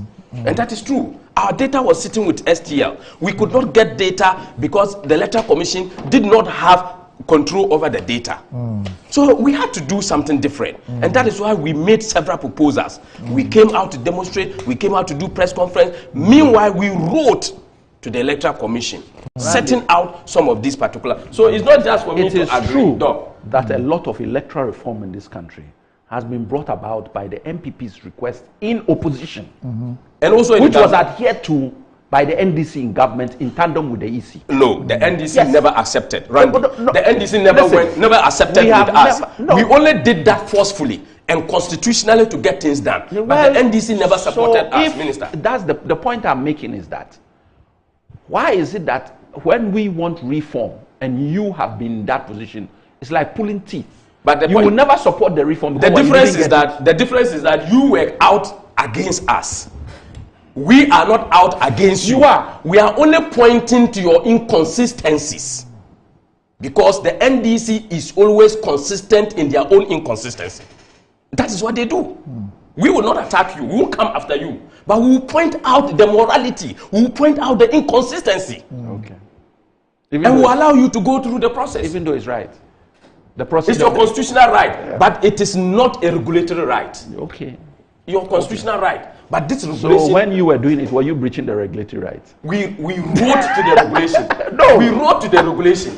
We wrote to the regulation. It's okay. But we exercise our constitutional right on the street. Anyway, we've given. So interestingly, the 2015 audit focused on duplicate registrations, ineligible voters, inaccurate or missing biometric data, discrepancies in voter information, and the findings led to a cleanup of a register, resulting in the removal of 56,000 ineligible voters. That was through court because Ramadan went to court. He and Which then one? Evans. Which one? Evans. The He and Evans went to 2015. court. Yeah, you know, he I'm and talking Evans about also the went. 2015 audit. I'm not talking about the NHI card one. That's not what I'm talking about. I'm talking about the 2015 one, the one sponsored by the UNDP. Oh, okay. Yes. Okay. So it means that Randy agrees that it was the UNDP, not the New Patriotic Party. No, I've not said that the UNDP requested for it. I'm saying There was that an audit the led- UNDP sponsored the audit. Yes. But this was after calls by the NPP and others. Political parties. Yes, others have raised it. Yes. Okay. So, we'll have to take a break. When we return, the vexed issue of galamsey. And the Minerals Commission will also be here this morning to speak about the small-scale mining and the ban. But galamsey. Now, look, the Bishops' Conference says that this is a time for righteous anger. Righteous anger. And you need to find out what righteous anger actually means. The coalition against illegal mining, the group led by Dr. Engineer Ken Ashigbe, also held a presser yesterday. And we'll be speaking with him after the break on this one.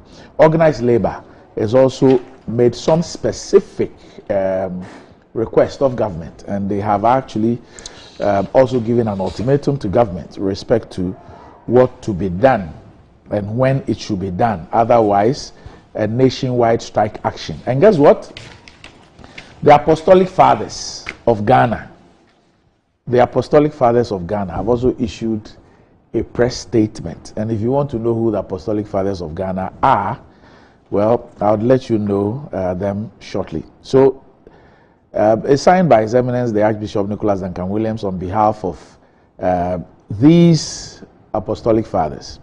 Archbishop Charles Ajinasari of the Perez Chapel International, Bishop Doug Hayward Mills of the United Denominations Lighthouse Group of Churches, Apostle General Sam Kranchiankra, Royal House Chapel, Apostle Bishop N.A. Takiya Boy, Victory Bible Church International, Reverend Eastwood Anaba, Fountain Gate Chapel, Eastwood Anaba Ministries, Reverend Dr. Robert Ampia Kofi, Global Revival Ministries, Reverend Steve Mensah, Charismatic Evangelistic Ministry, Bishop Gordon Kise, Life International Church, Bishop Victor Say, Family Chapel International, Bishop Dr. Pon Edu Jemfi, International Charismatic Church, Bishop Dr. Samuel N. Mensah, Full Gospel Church International, Reverend Dr. Ebenezer Markwe, Living Streams International, Reverend Dr. Lawrence Tete, Worldwide Miracle Outreach, Reverend Dr. Isaac Kwe, Word of Life Miracle Center, Right Reverend Dr. Anyanim Buedum, Jesus Generation Ministries, Reverend Dr. Seth Ablo, Manna Mission Church, Reverend Bobasari, Faith Alive Chapel International, and Bishop Dr. Gideon Titi Ofe, Pleasant Place Church. So these are the Apostolic Fathers of Ghana, and they have issued a statement, and they are calling for a temporary ban on small-scale mining in Ghana. We'll get into all these details after this break.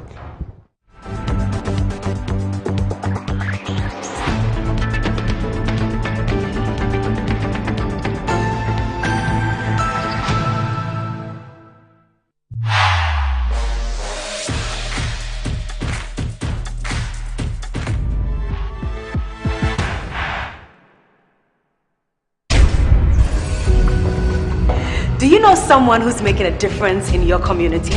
Someone whose selfless actions and dedication to helping others deserves recognition? Then it's time to celebrate these incredible individuals on MTN Heroes of Change. It's time to nominate those selfless individuals to win 100,000 Ghana cedis and other cash prizes and be crowned MTN Hero of Change. You can also nominate a blogger or someone in the digital space and any of the media houses to win our new category of Digital Hero and Media Hero of Change. Just fill an online nomination form at mtn.com.gh or send a WhatsApp with a 1-minute video of your nominee's project on 055-141-1122. Deadline for nominations is 18th October 2024, so don't waste time. Nominate your hero now. MTN Heroes of Change. Be the change you wish to see.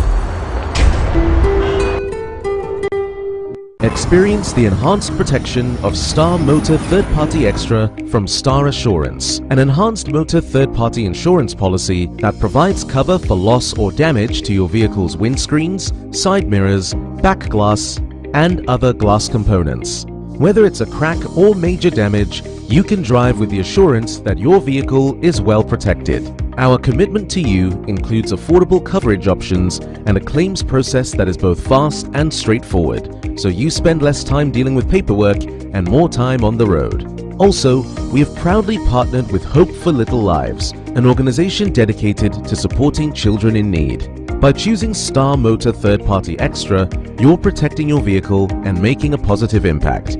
Every policy you buy helps bring joy and support to children in underserved communities.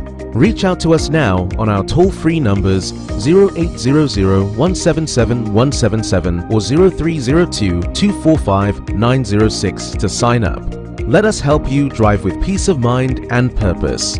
Star Motor Third Party Extra. Drive with confidence, give back with heart. Star Assurance, your solid partner. Choose the perfect prize for you every week and stand to win your choice of exciting prizes, all to get more of what matters to you. Exclusive to Betway. Betway, get way more. Terms and conditions apply. Regulated by the Gaming Commission of Ghana. No under 18.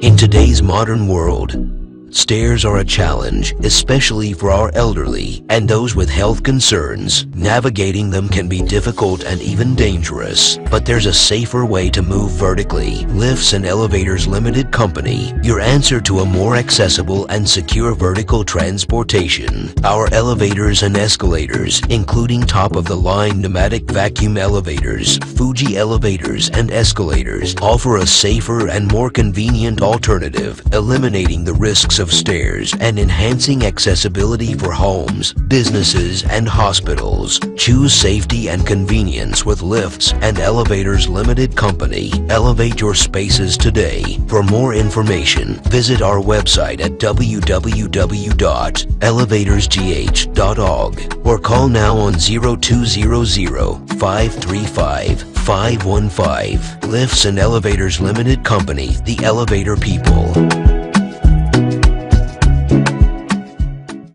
Coa Mixture, Coa Plus Mixture, and Coa MT Mixture, brought to you by Coa Research and Manufacturing Limited Company, proudly made in Ghana. Formulated to support your general well-being. For those seeking immune system support, there is Coa Plus Mixture. Support your body's defenses and stay strong. When it comes to combating malaria, Coa MT Mixture will aid your treatments. For effective relief from malaria symptoms, try Coa MT Mixture. Coa Mixture, Coa Plus Mixture, and Coa MT Mixture are not recommended for pregnant women, lactating mothers, and children under 12 years. Always take a malaria test before using Coa MT Mixture. Choose Coa Mixture, Coa Plus Mixture, and Coa MT Mixture for your health needs. Available now at pharmacies nationwide. For bulk purchases, contact 0244-726611 or 0591-565-778. This advert is a anti-cavity, gum protection, brighter teeth, and fresh breath. I'm a fair missy way. The patch of Bantama. Machasi.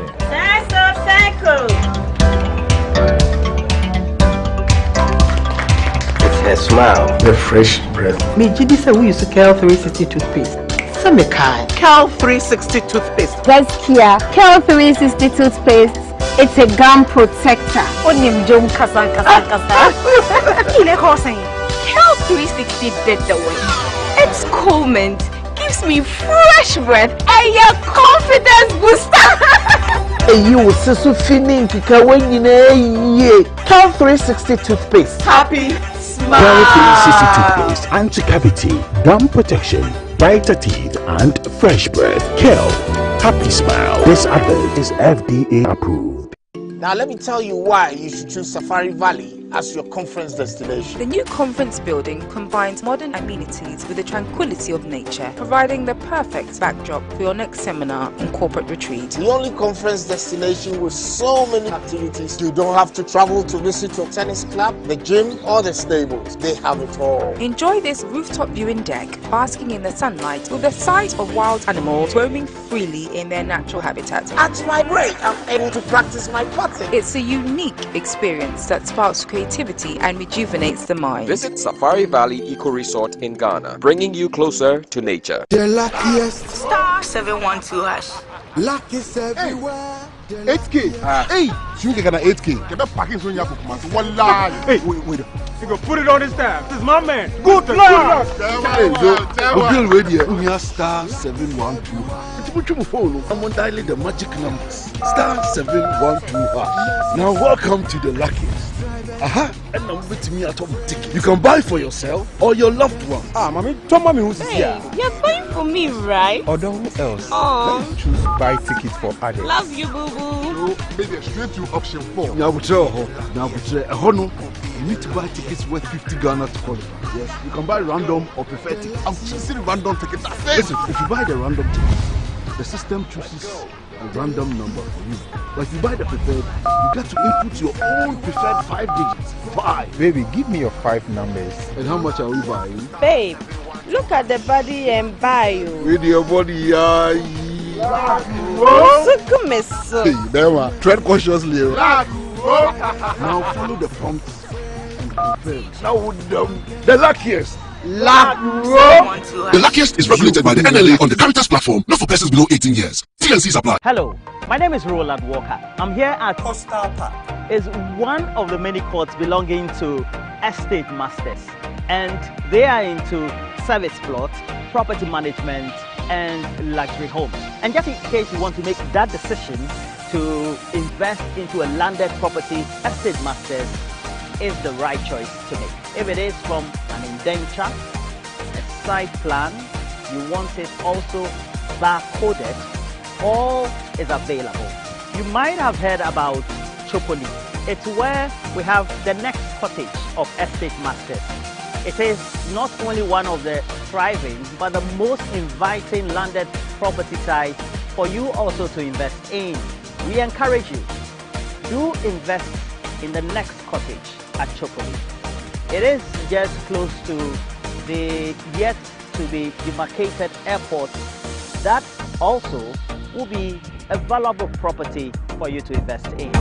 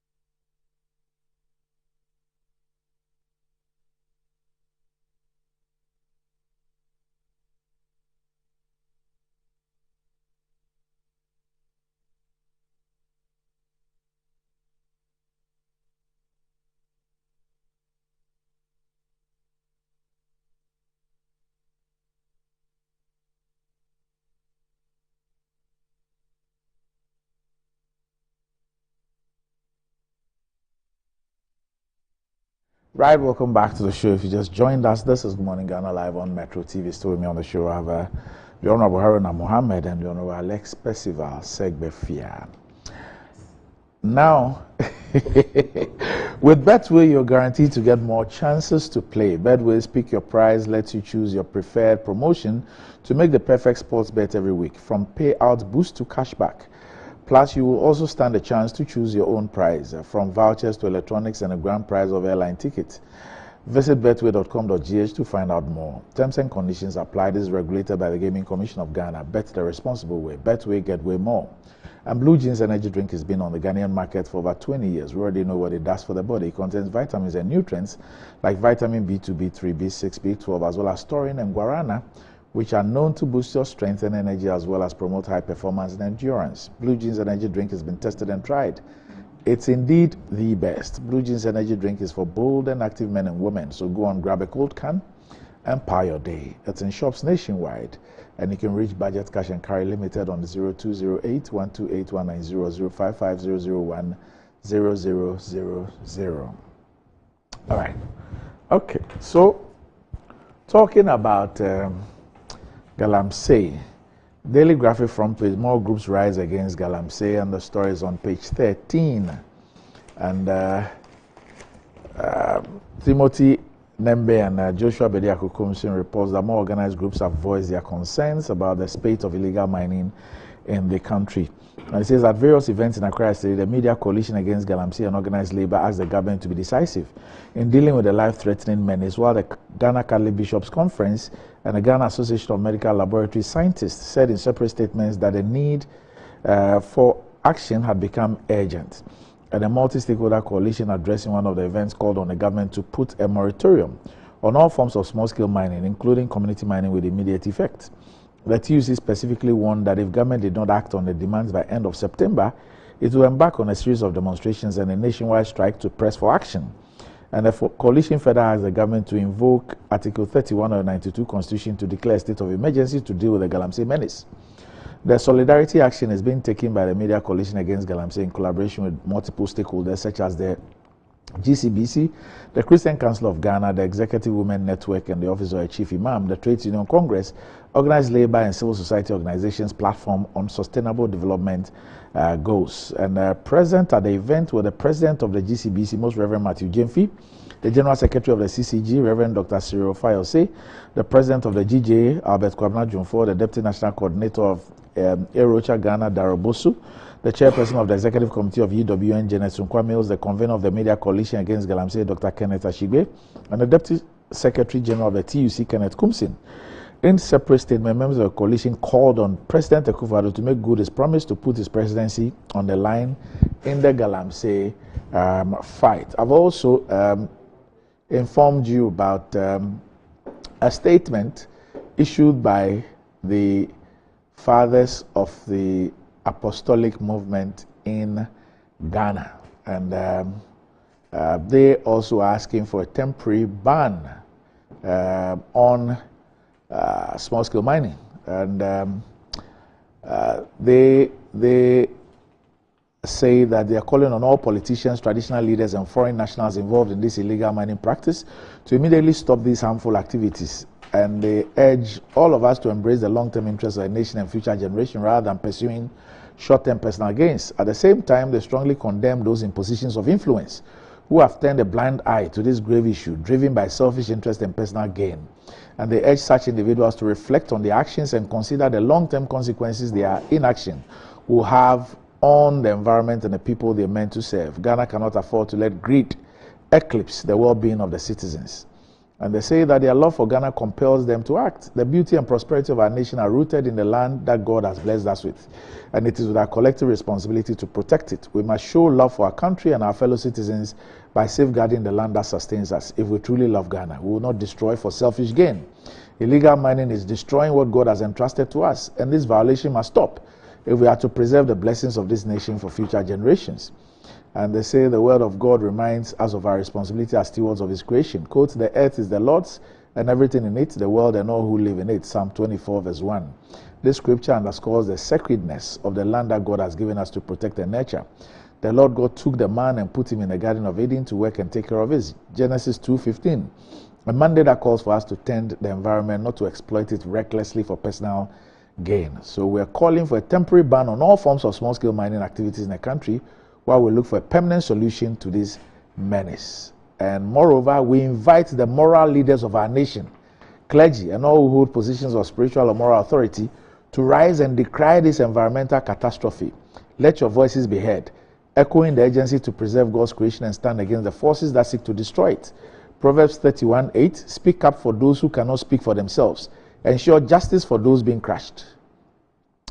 So these are excerpts of the statement signed by His Eminence the Archbishop Nicholas Duncan Williams on behalf of all the Apostolic Fathers, and I've indicated the names earlier: Archbishop Nicholas Duncan Williams, Archbishop Charles Ajiansari, Bishop Dakiwad Mills, Apostle General Sam Kranchiankra, Bishop N.A. Taki Aboy, Reverend Iswood Anaba, Reverend Dr. Robert Ampia Kofi, Reverend Steve Mensah, Bishop Gordon Kisei, Bishop Victor Say, Bishop Dr. Pon Edu Jemfi, Bishop Dr. Samuel N. Mensah, Reverend Dr. Ebenezer Makwe, Reverend Dr. Lawrence Tete, Reverend Dr. Isaac Kwe, Reverend Dr. Nyenim Bwedum, Reverend Dr. Seth Ablo, Reverend Bob Asare, and Bishop Dr. Gideon Titi Ofe.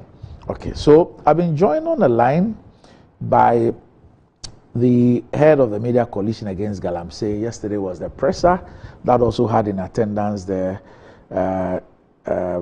Christian Council of Ghana, the GCBC, the Executive Women Network, Office of the Chief of Man, TUC, Organized Labor Civil Society Platform on the Sustainable Development Goals. So Dr. Engineer Ken Ashigbe has joined me on the line. Good morning, Doc.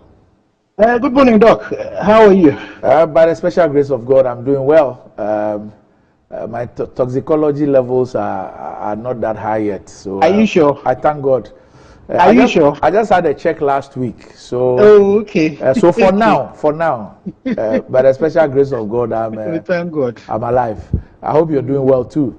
I am distressed. I am distressed as a Ghanaian that I am part of a society that decides to do self-poisoning, where genocide is being perpetuated about by the people themselves against themselves. I have not seen any society that has done that yet. We are the ones doing that.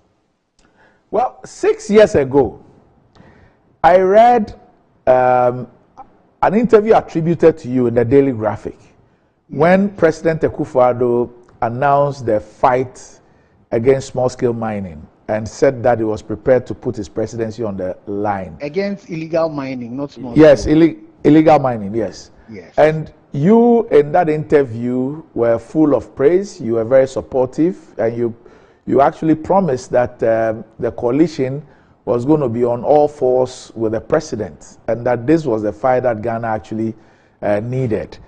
6 years on, you say you are distressed. Yes. Randy, you see, because it's true, the president puts, I go back to listen to what he said publicly. He said he was prepared to put his presidency on the line.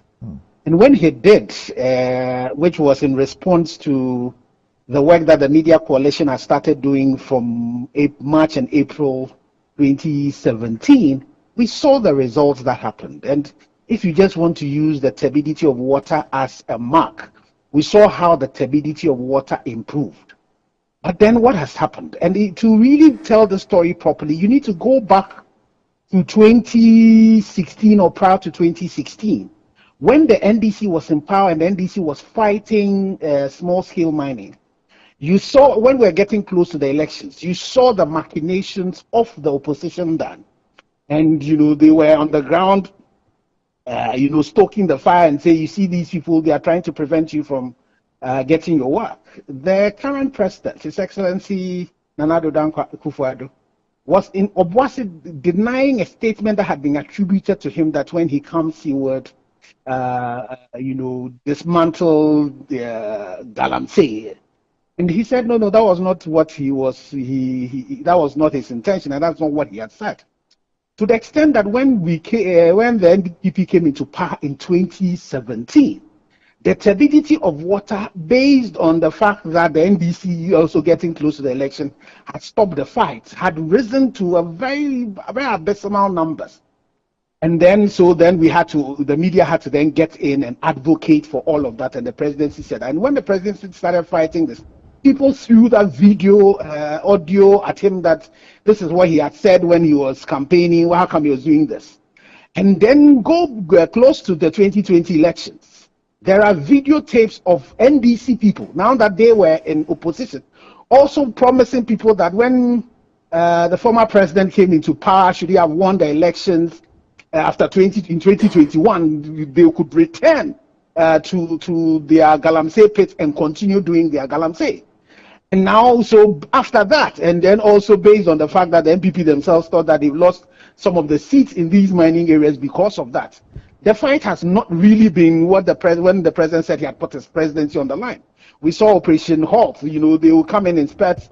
And another interesting thing is that getting close to the 2020 elections, you saw that Operation Vanguard, they withdrew the military from the ranks of Operation Vanguard and left it to only the police.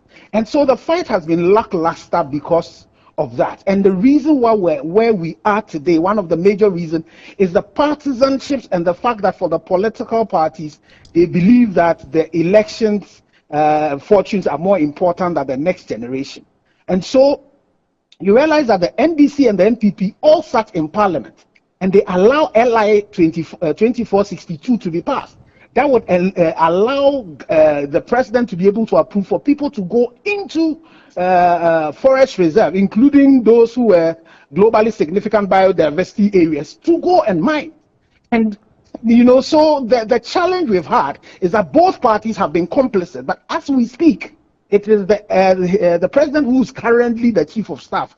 He has to take the decisions to take us from the 14,000 NTUs that we have to the UN, the WHO acceptable 5 NTUs that we should be operating with.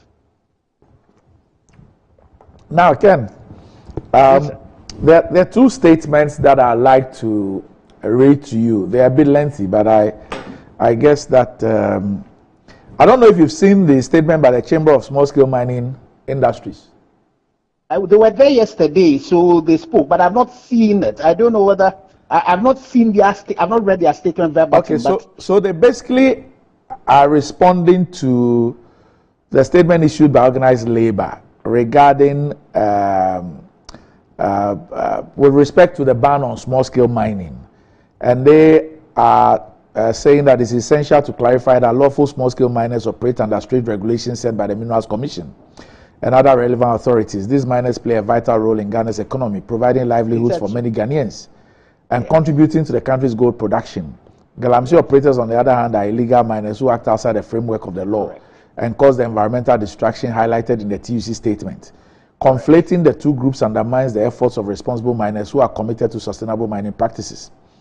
And they say that the TUC's call for a blanket halt on all mining activities in forest reserves and other affected areas fails to account for the lawful operators who comply with environmental regulations. A blanket ban would not only affect illegal operators, but would also unfairly punish responsible small-scale miners and their dependents. Such a move will result in significant job losses, increased poverty, and the collapse of small businesses tied to the mining sector. A more nuanced approach is necessary, focusing on enforcing existing laws and differentiating between illegal and legal operations. And they say they support the use of appropriate security measures to clamp down on galamsey activities, but they caution against broad militarization in mining areas, which could inadvertently target lawful miners. They recommend a targeted approach where military personnel collaborate with local mining associations, environmental agencies, and community leaders to identify illegal operations while protecting the rights of legitimate miners.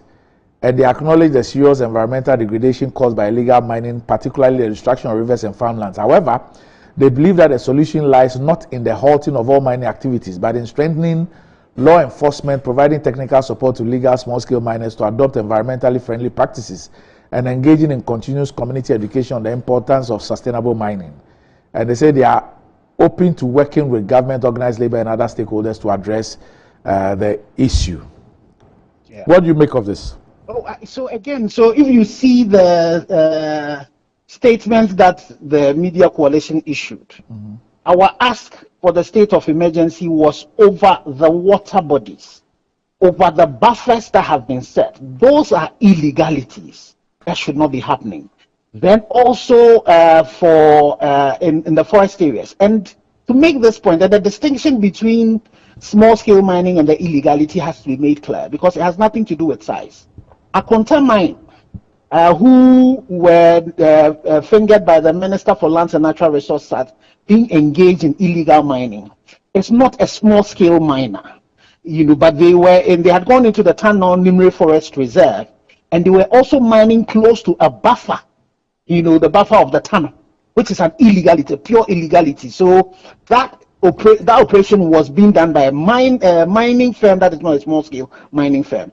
Heritage Imperial are also a large-scale mining firm that were given prospecting or exploratory license, one of them, and had gone into some of the forest reserves with excavators. You don't even, if you are doing bulk sampling, you don't need excavators to do that. They are involved, and we had written to the EPA asking whether they had a permit to mine. And the EPA had told us that they did not have a permit to mine. So they were involved in an illegality. That firm is not a small-scale mining operation. So the point has to be made that there are some operations that are being done by large-scale miners that are illegal. That has to be stopped. There are some operations that are being done by people who you would call small-scale miners. So it does not, the illegality does not matter of your size. And the point also has to be made that there are some small-scale miners that are mining, that are reclaiming their lands and are doing very good work. So that distinction has to be made. And so in our call, we were very, very particular about the water bodies, the buffers of the water bodies, the forest reserves. And you find out that in the forest reserve, there are no small-scale miners in the forest that have been given any concessions to mine in the forest reserves. And we're also asking that for any licenses or leases that have been given that abut any of these buffers to our water bodies also be abrogated immediately. So I think that it is important that we, in whatever crisis response we have that we want to do, we are mindful of who are the causes of the illegality and also mindful of who are doing the right thing. Unless we want to go the El Salvador way, where we decide that all mining should be banned, but to be discriminatory and then affect those who do legal work and add them to it, or do leave those who also work and leave the illegal people with it, you would have a problem. So when you draw a Venn diagram of the challenge that you have, you want to deal with illegality, whether it's being done by a small-scale miner or it's being done by a large-scale miner. And most of that, we have laws already to do it. The only thing is the operationalization of the laws. That's why we are calling for a state of emergency over the water bodies and those areas I have mentioned, and in the forest reserves, and giving the president the powers under a state of emergency to be able to take all actions that are necessary. As we speak, the UK, for example, when they had their challenges with these routes, what did they do? They immediately had a court immediately set up. A number of people who have been arrested and imprisoned is the reason why they've been able to deal with the situation. So if we want to continue dealing with what the Minister for Lands and Natural Resources is professing, which is the same old thing, it would not resolve the problem. But we believe that small-scale miners who are doing their good job in places that they've been given to mine and are mining sustainably should not also be impacted on the crisis response. But Ken, the Attorney General periodically reminds us of the number of people they have prosecuted. So Randy, I would want Metro TV, and our radio stations to also go and look into those number of people they are prosecuted and find out whether the former MCE for Butsumoe from who was caught on tape confessing to an illegality, whether he's one of those who they even have started any processes to prosecute. Go and find out whether the Bernard Buetsiaku, who is one of the directors with another person of Akonta Mines, who was fingered by the Minister for Lands and Natural Resources and then also confirmed by the Minerals Commission, whether they are part of those people who are mining. Go and find out again that the people who are brought in these excavators, and excavators from their VIN numbers, you'll be able to tell those who imported them in, those who rented them and all of that. Go and find out that those people, whether they are part of the people who are being prosecuted. Also, as you do that search, find out what has happened to a lot of the Chinese. You will be told that when they are arrested and they are finally taken to court, they will tell you that there are no translators. So most of them are let free. And let's not forget that we were in this country when we were prosecuting Aishawan, and an attorney general before him, declared a nolle prosequi, and the senior minister came to justify the reason why that nolle prosequi has been granted. Fortunately, thank God for the current attorney general. We've been able to prosecute that woman, and she's in jail. I just hope that we'll be able to confirm whether she's actually in jail, because we remember at some point we were told that she has been deported, but the president was not even too sure whether that deportation has happened. So, yes, some numbers have been done, but the devil is in the detail. Who are being arrested? And again, go back and remember that when John Peter Mewu was Minister for Lands, he brought us some intelligence report that had named the people who were doing it. And Otunfo mentioned in the meeting that 30% of the people there, they knew who was involved in galamsey, or they themselves were involved in it. The Speaker of Parliament also said the same thing. So we know the influential people. Unfortunately, we are operating that spider's web thing, where it catches only the small people, but the big flies that fall into it break the web and go. So we are not dealing with the root cause of the problem. The people who are actually funding this, the people who are buying the gold, we are letting them scot-free, mostly because the leadership is complicit in it. The rich and influential people are complicit in it. It is the poor people, vulnerable people you find in the pits, who, because have seen that when the big people do it, nothing happens to them, also do it to eke a living, and they are the people who we normally arrested. So the 850 people, it would really be great to find out who are in that 850. Well, the Ministry of Lands and Natural Resources has issued a statement. I mean, after all what has been said, and I have even the TUC, the Organized Labor Statement, and they say that they're asking for an immediate declaration of state of emergency in line with the provisions of the 92 Constitution, Articles 31 and 31(4). The declaration must incorporate the following: A, an order to halt to all forms of mining, legal or illegal, in forest reserves and around water bodies. 2, immediate evacuation of all mining equipment in forest reserves and around water bodies. C, the deployment of the police and the military with full orders to remove or destroy all mining equipment and other earth-moving equipment around river bodies and in the forest reserves. 2, the immediate revocation of LI 2462 and withdrawal of all licenses that have been granted for prospecting and mining in forest and protected reserves and also around water bodies. 3, establish a special court to prosecute the perpetrators of this horrible crime. And Organized Labor says will urgently embark on a series of demonstrations and a nationwide strike if government fails to address the concerns raised by end of September 2024, which would be some 17 days or 18 days away. However, in this press statement by the ministry, the press release by the Ministry of Lands and Natural Resources, paragraph 2 is the only paragraph that deals with issues of enforcement action. In fact, their statement deals with 2 things. They talk about reformative and strict enforcement. So the reformative is where they bring in the Minerals Commission.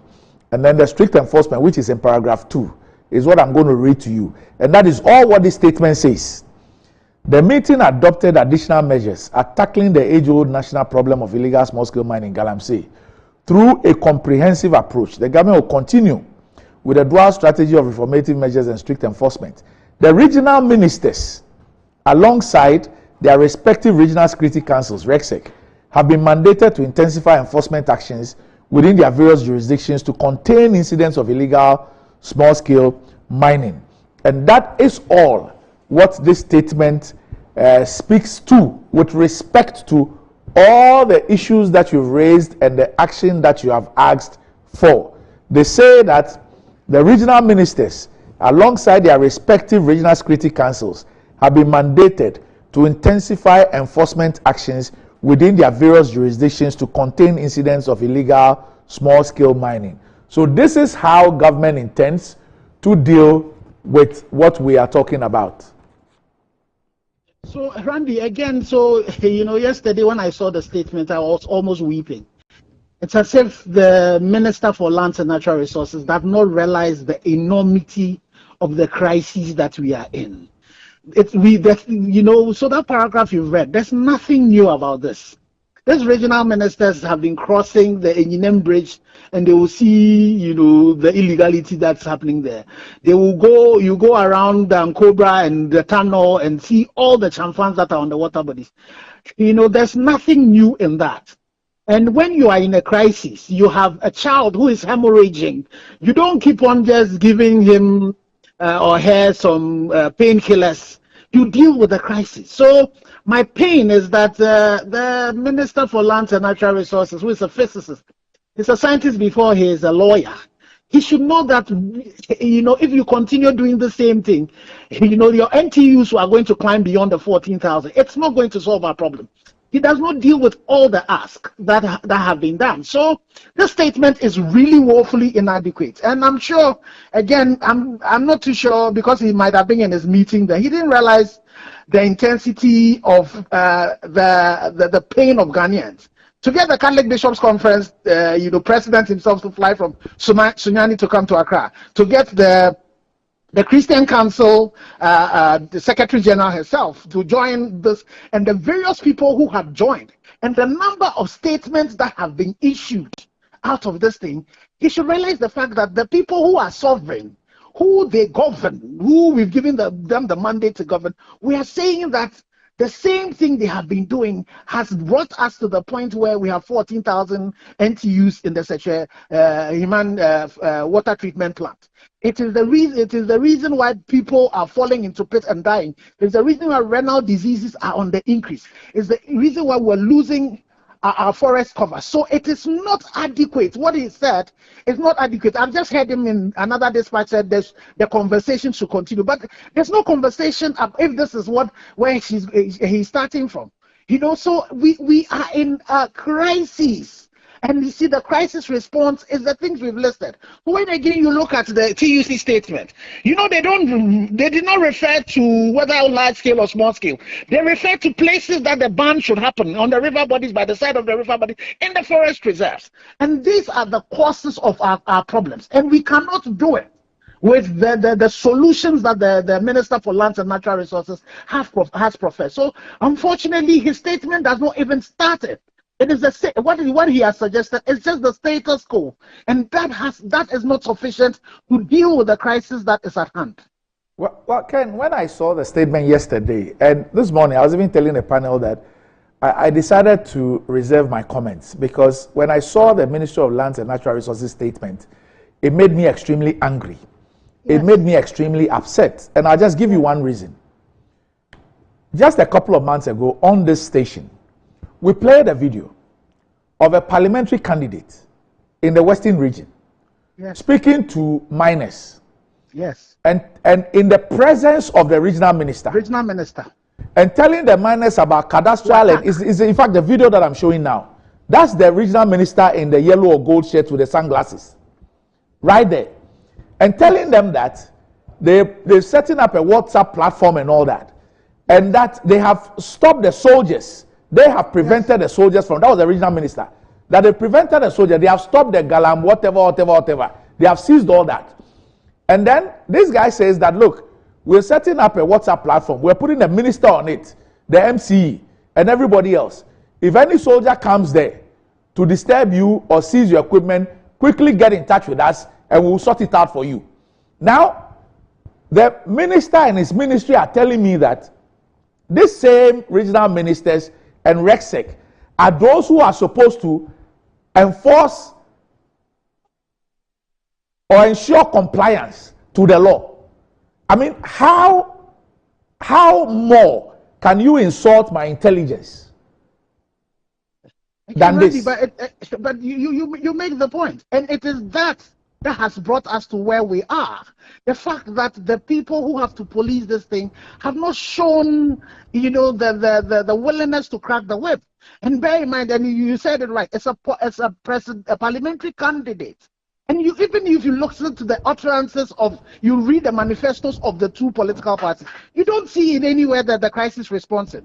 You would have heard the former president also mention the fact that when he comes, people who have been arrested would be let go because only normal. You see, so the systems we have run all this while, it will not solve our problems for us. So you can't come and tell us the same thing and expect.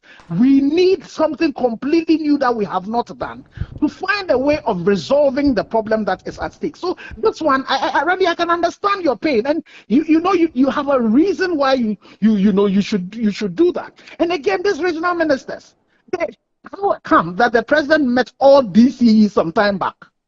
And these DCs are being coordinated by the regional ministers. And all of these DCs are at post. The central regional minister is at post. But then you have her water bodies there currently at 14 NTUs, and they are rationing water. But I'm pretty sure she would continuously have water to drink. So she will not be suffering the challenges of my colleagues who are in St. Augustine's College, my friends who are in Edina, who are suffering from the lack of water. So you see, the old ways of fighting this problem, it will not resolve it. That is why Christ said you don't put old wine in a new wine skin.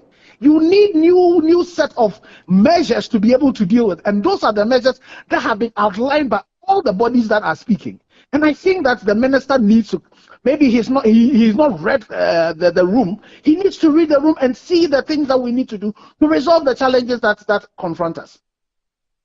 Right, Ken, we'll leave it here. Thanks for joining us, and I'm sure that we'll continue speaking about this issue as we also count down to the end of September deadline by organized labor and all the others. Randy, it's not only organized labor. You, the media, all of you, we are all, in this together. Yes. And one of our plans is that when we get to the time we get to, what we should be doing is to, also start some blackouts of some governmental institutions as part of it. So people should realize that the resolve of Ghanaians, so far as this is concerned, is not one of the things we've done in the past. It's total and absolute. We need to resolve the killing. The genocide has to stop. All right, thanks Ken, for joining me, and I'm sure that we'll continue speaking about this issue. This obviously is an existential threat, and I don't know how else anybody wants to look at it. How people are able to hold their heads high up and still face us in public is a complete mystery. Anyway, thanks for joining me, and enjoy the rest of your day. All right, let me come to you. Anytime I have a discussion about these things, I get emotional. I just can't understand. But Aruna, what is happening? You've seen the statement from the ministry. Yes, I've seen it. So of all the issues, all the things that we've seen, everything about galamsey, what everybody's saying, this is the assurance that the government of the Republic of Ghana gives us. Randy, if you read the statement, yes, the ministry is talking about the dual strategy, yes, of reformative, yes, and reformative measures and strict enforcement, right? Yes. So the strict enforcement is there today. Reformative is the reclamations, yes, and to ensure that certain work is done on the degraded lands that have been used for mining purposes. Yes. Either those illegal ones and even the lawful operated mining sectors. And then the strict enforcement, measures have been put in place to fight this galamsey. You've enumerated some of the measures that was being implemented throughout the stages to be able to deal with this particular matter.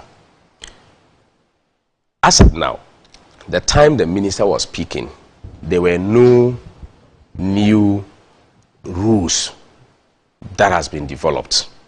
So for you to be able to get hold of what is happening currently, you have to have strict enforcement of the current rules, which you had agreed to implement to ensure that you clear of these areas of illegal mining. So the act of ensuring that we have community mining schemes, we are able to register people to do responsible mining. We are able to recruit river wardens to be deployed and go to guard these river bodies. The fact that we have been able to get tracking devices on heavy-duty mash equipments to be able to check galamsey, the fact that we have deployed speed boats and other things, we need to enforce. So you cannot go away by just saying all you the do things you mentioned. What have they done? That is what the minister is calling for, enforcement. Enforcement by who? Strict enforcement. By who? You cannot deploy anybody from elsewhere, but there's an existing structure. What do you mean by you can't develop anybody? The existing structure. The existing structure. When the president announced the war, didn't we deploy the military and others? But that's why they said the Western Regional Minister and the candidate, they told us that they have withdrawn all those people. Randy, they told the miners. I'm dealing with this official statement. Yes. The official statement says that the regional security councils have been mandated. And you know the composition. I'm saying that I have watched the video. I see a regional minister who chairs RECSEC.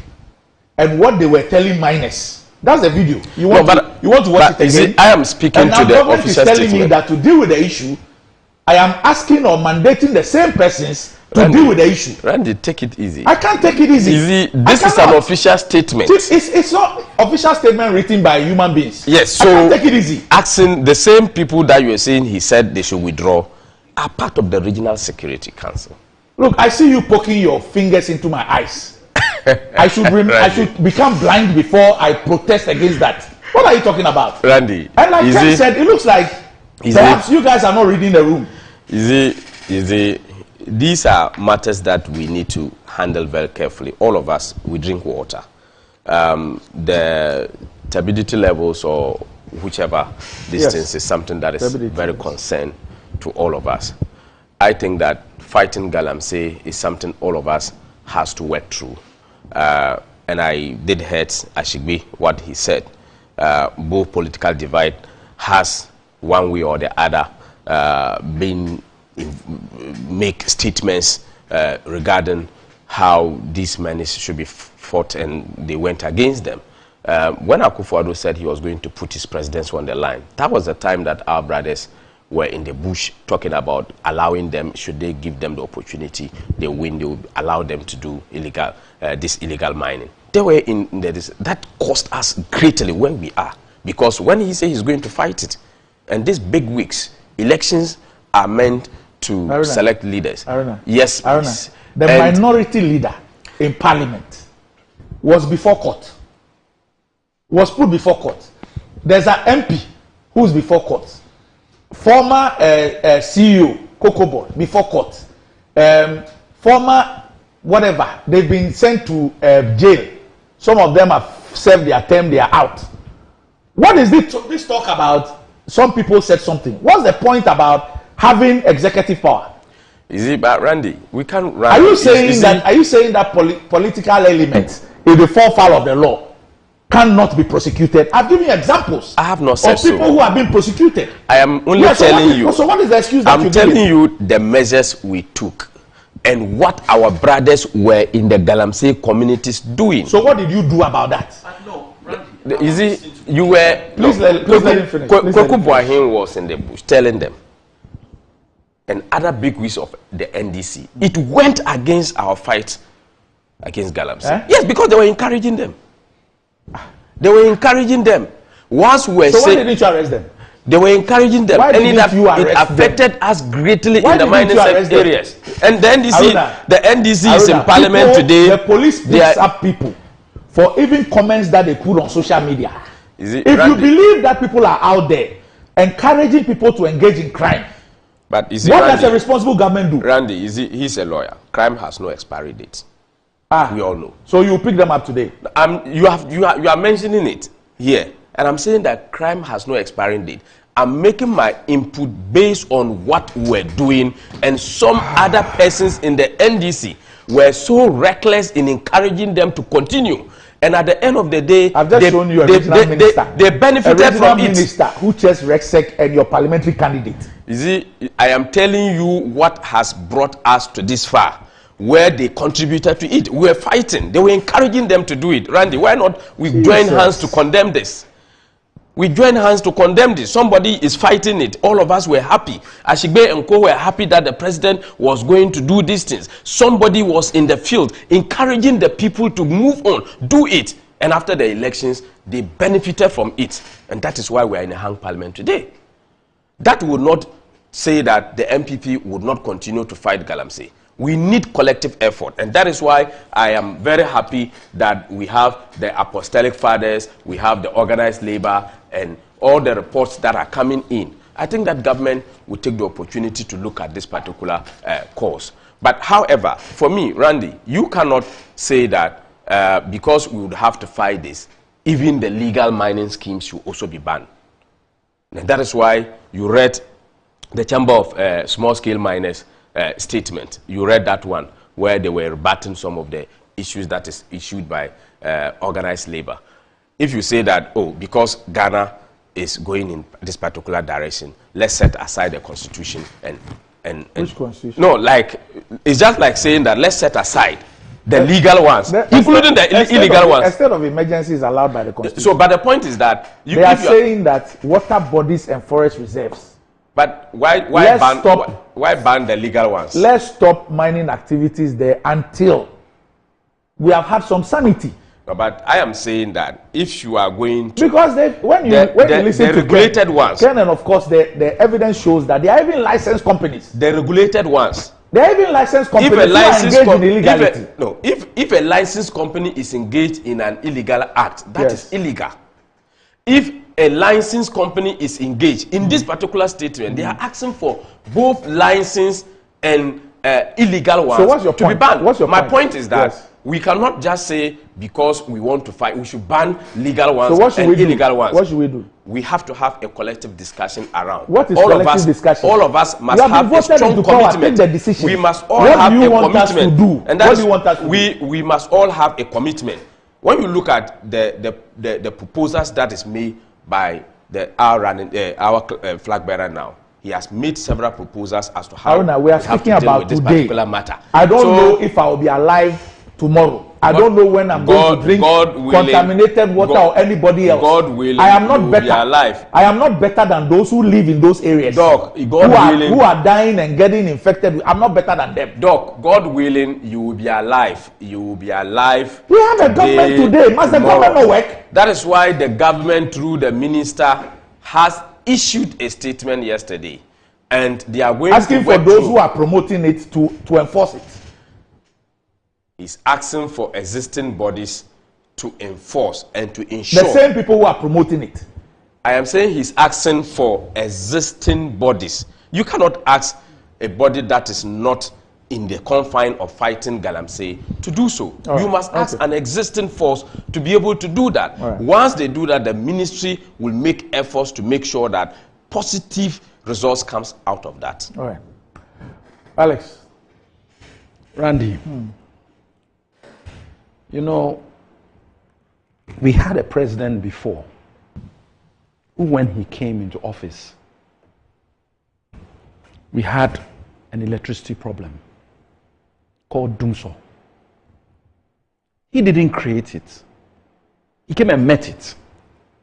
It had transcended ages. He never called one president's name that problem was caused by this. MPP came and did this. Kufuor had the same. He never did that. All he said is, I will fix it. In 3 years, he fixed it for 2.5. It cost him an election, partially. Let us be clear that this opposition, MPP, at the time in opposition, used something that was actually a national concern to ensure that John Mahama lost election. Doomsaw was an issue. He left them with all the money, everything, and it was fixed.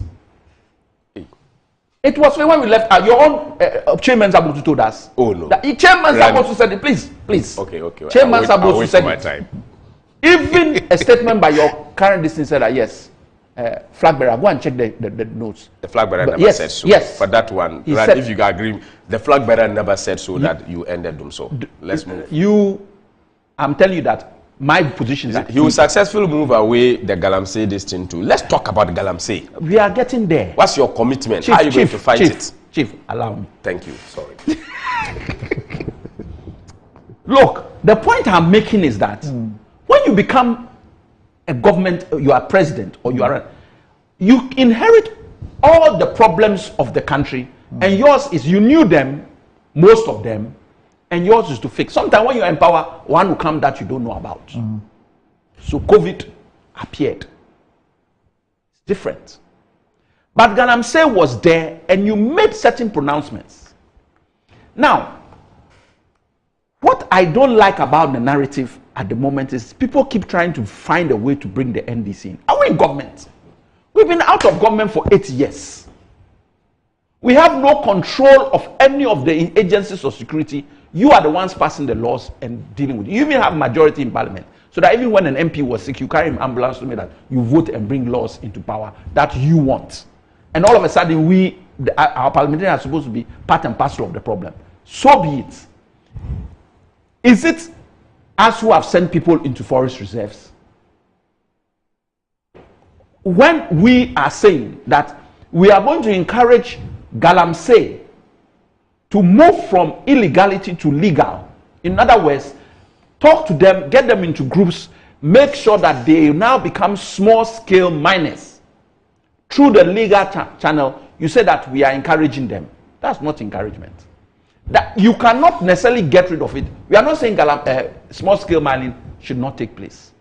We are saying if it is regulated, they stay away from the forest reserves, they stay away from the water bodies, and they do not use clandestine chemicals, you can still do it. Why? Your own Freeform Boating told us what was happening.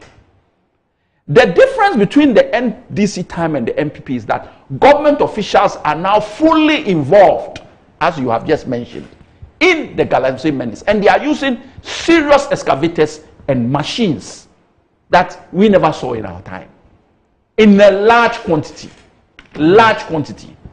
Hey, Randy, the first champagne was brought in during your time. Listen. In London, prostitution is illegal. Hey. I just want to give you, it's illegal. But they know that it takes place. As they monitor it, it gets to a certain level. They arrest a whole load of people, bring them, you see that for about 3-4 months, all of a sudden, the whole thing is suppressed.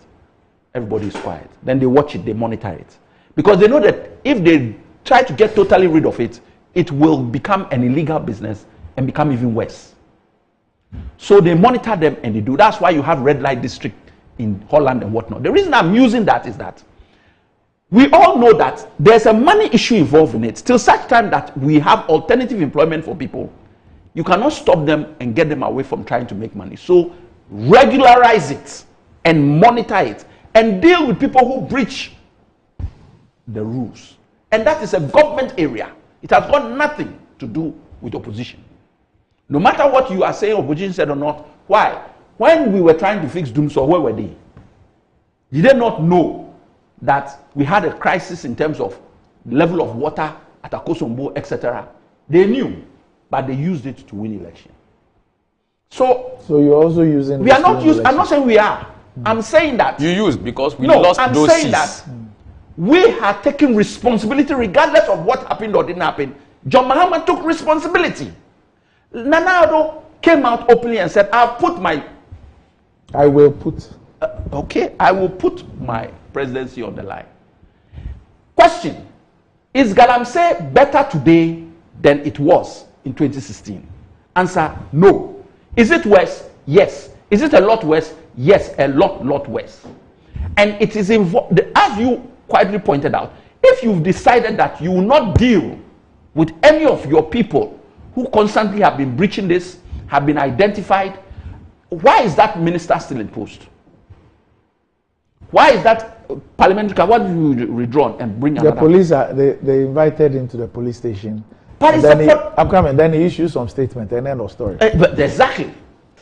But if you are serious people trying to deal with the issue, you would have said my. They receive the BNI or NIB and National Security reports every day. They are aware of all those. They know everything. Honorable Alima, before she left for ambassadorial work, told us she was addressing the MMDCs and said that they have the list of all of them who are engaged in this thing. So there is no political will to deal with galamsey. Let us be clear, and that's why they must be voted out of power. There is no political will. So when we come to put the same pressure on us to deal with it, but we don't have power, we cannot do anything till we have power. And we are saying that we are going to deal with only small. They have the power to go to the galamsey side and tell them that they should continue to do it. We never said that. So Chief. That is wrong. So Chief. No. Chief. Yes, please. If tomorrow. Yes. That's why I said that. I see people who post things on social media and they are picked up by the police. Because what they posted is seen as something illegal or criminal or something. I'm saying that it is only a useless government. You have the power. It is only a useless government that will say that I've seen somebody engage. Please let me finish. You've gone far. No, please let me finish. So let me finish. I'm saying, let me finish. You didn't say you understand me. No, is that I said that it's only, if I finish, you would appreciate what I'm saying. I'm saying that it is only a useless government that is clothed with everything. Yeah. That will say that I can pick and choose when to enforce the law. Yeah. I've given you examples of high-ranking politicians who are being prosecuted for perceived crimes. So the issue of somebody, an opposition person, went to encourage people to engage in crime. A government shouldn't even be saying that. And what did you do? No, but you saw it. No, I'm saying, what did you do? It doesn't matter whether I saw it or not. What did you do about it? You just told us that the person that you saw on this was invited by the police, right? The candidate was invited by the police. Yes. It's a step, right? Somebody has been invited by the police. Hey, Raji. We don't know the information the police has taken from him. We don't know the state at which the police is acting on that matter. Does that mean? Did you see? Does that mean? Did you see that no step? Did you see the galamsey, Accra Kumasi highway? Did you see what had been done about 5 meters from the main highway? As of last week, that pit had not even been covered. We are all concerned about what happened. It is not a matter of being concerned. I can be. It is them. Chief, they encourage. I can be How concerned. can you say we encouraged it? Chief. You even said you would even give them amnesty. All the things happening in Konongo. Give them amnesty. We said you have not even proposed anything to do that. Stop. If you come. This is a false. All the things happening. All the things happening in Konongo Dumasi. There's a Rexec there. There's a Rexec there and everything. And I've seen what is happening. I've seen the work done by Erastus and all the other people. A town virtually hanging on stilts because there's mining going all under. And then government issues a statement to tell me that the same people who have superintended this thing are those that government intends relying on to enforce the law.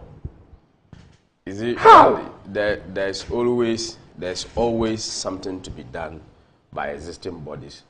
Perhaps they can do things differently. Because you have baptized them. You baptized them this morning. The fight for our brothers in the NDC is over. This is the statement. They are organized labor, apostolic fathers, and all. The NDC cannot be trusted to fight in galamsey.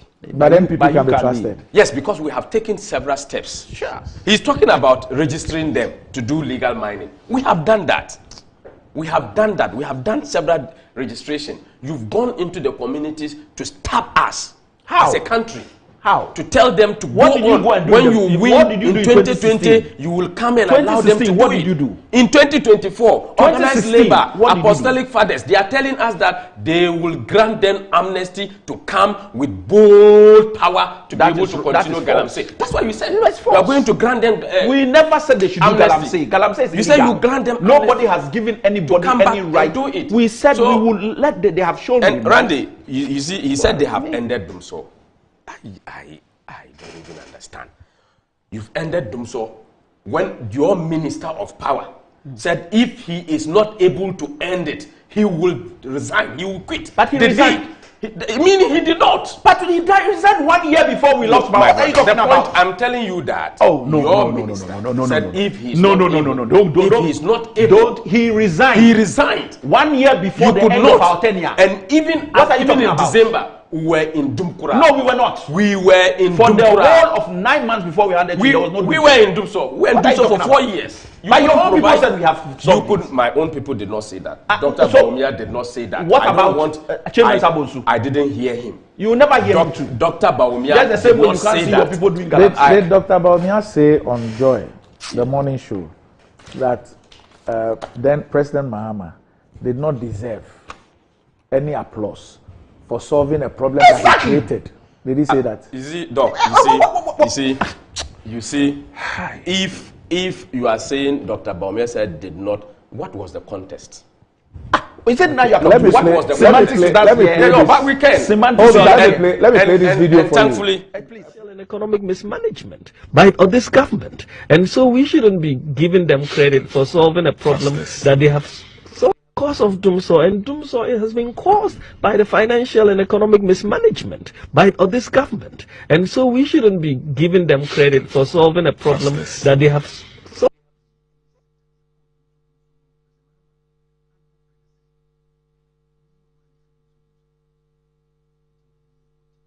Cause of Dumso, and Dumso has been caused by the financial and economic mismanagement by this government. And so we shouldn't be giving them credit for solving a problem that they have. So, cause of Dumso.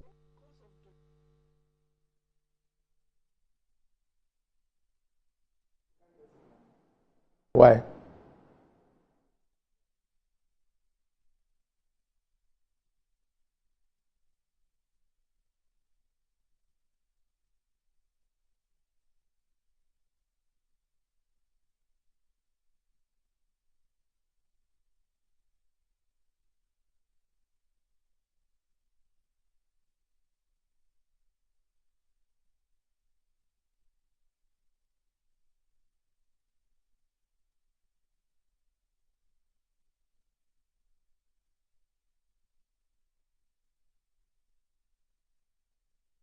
All right, okay. So I'm sure they'll sort out it. You heard it. He said, even if that's why I said we should play the full thing. But he premixed when you were saying on a conditional that John clause. Mahama had made a statement, you forgot that he also said that he was going to give them, make it from Joyce Bauer did so. There are new same as he said that you're the leader of your Joyce Bauer. Yes, said that they will grant tax amnesty. Joyce Bauer Mukhtari. Yes, said what? Said that he will grant, even it's reported on Mahama will still grant amnesty to convicted galamsey miners. This is it. On what basis? I said read the thing. You want me to read it? Yeah, look. All right, thank you. Let me open. Mahama will still grant amnesty to convicted galamsey miners. And this is it. A special aide for the former president, John Mahama, has said that his next government will look into granting amnesty to alleged illegal miners awaiting prosecution in jail and some convicted miners. Speaking on Joy PM Express, Joyce Bauer Mukhtari said that it is unfair that the foreign nationals and government appointees implicated in the Prof. Frimpong Boateng's report on illegal mining have been left scot-free, whilst the Ghanaians with no voice suffer. If there are many of our brothers and sisters languishing in prisons because of illegal mining, certainly this is a matter that we must look at within the context of the Frimpong Boateng report, within the context of the corruption that has engulfed Akufo-Addo and his government, within the context of the allegations with Mr. Mahama, has pledged to investigate and prosecute where possible.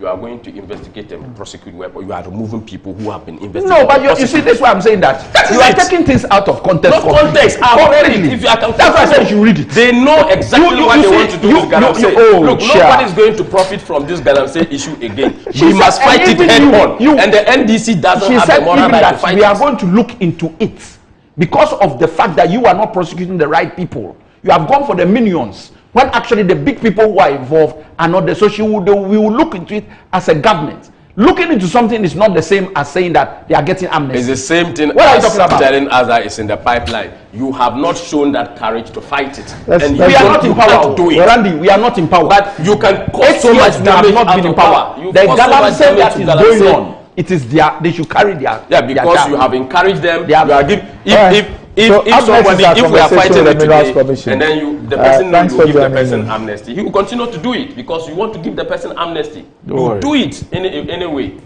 It's an encouragement. No comment. We will abolish duty.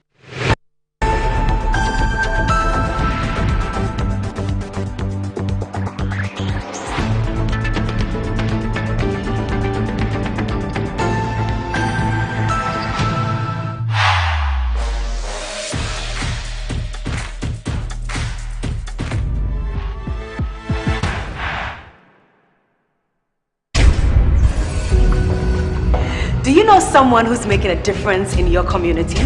someone whose selfless actions and dedication to helping others deserves recognition, then it's time to celebrate these incredible individuals on MTN Heroes of Change.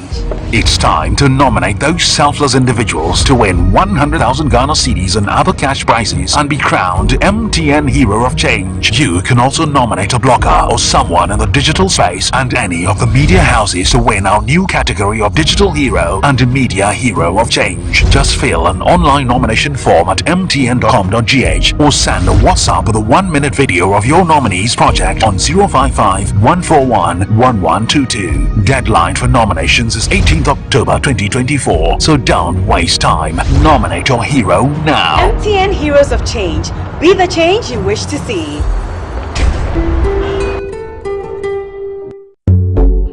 In today's modern world, stairs are a challenge, especially for our elderly and those with health concerns. Navigating them can be difficult and even dangerous, but there's a safer way to move vertically. Lifts and Elevators Limited Company, your answer to a more accessible and secure vertical transportation. Our elevators and escalators, including top-of-the-line pneumatic vacuum elevators, Fuji elevators and escalators, offer a safer and more convenient alternative, eliminating the risks of stairs and enhancing accessibility for homes, businesses, and hospitals. Choose safety and convenience with Lifts and Elevators Limited Company. Elevate your spaces today. For more information, visit our website at www.elevatorsgh.org or call now on 0200-535-515. Lifts and Elevators Limited Company, the elevator people. The luckiest. Star 712 hash. Luck is everywhere. 8K. Hey, you get an 8K. Get a packing from your pocket. One line. Hey, wait. You can put it on his tab. This is my man. Good luck. Hey, Bill Radio. We are star 712. I'm on dialing the magic numbers. Star 712. Now welcome to the luckiest. And now wait me out of the ticket. You can buy for yourself or your loved one. Mommy, tell mommy who's here. You're buying for me, right? Or who else? Aww. Let's choose buy tickets for others. Love you, boo boo. Maybe straight to option 4. Now, you need to buy tickets worth 50 Ghana to qualify. Yes, you can buy random or preferred tickets. I'm choosing random tickets. Listen, if you buy the random ticket, the system chooses a random number for you. But if you buy the preferred, you get to input your own preferred 5 digits. 5. Baby, give me your 5 numbers. And how much are we buying? Babe, look at the body and buy you. With your body, Hey, Dema, tread cautiously. Now follow the prompts and confirm. Now the luckiest. The luckiest is regulated by the NLA on the Caritas platform, not for persons below 18 years. T&Cs apply.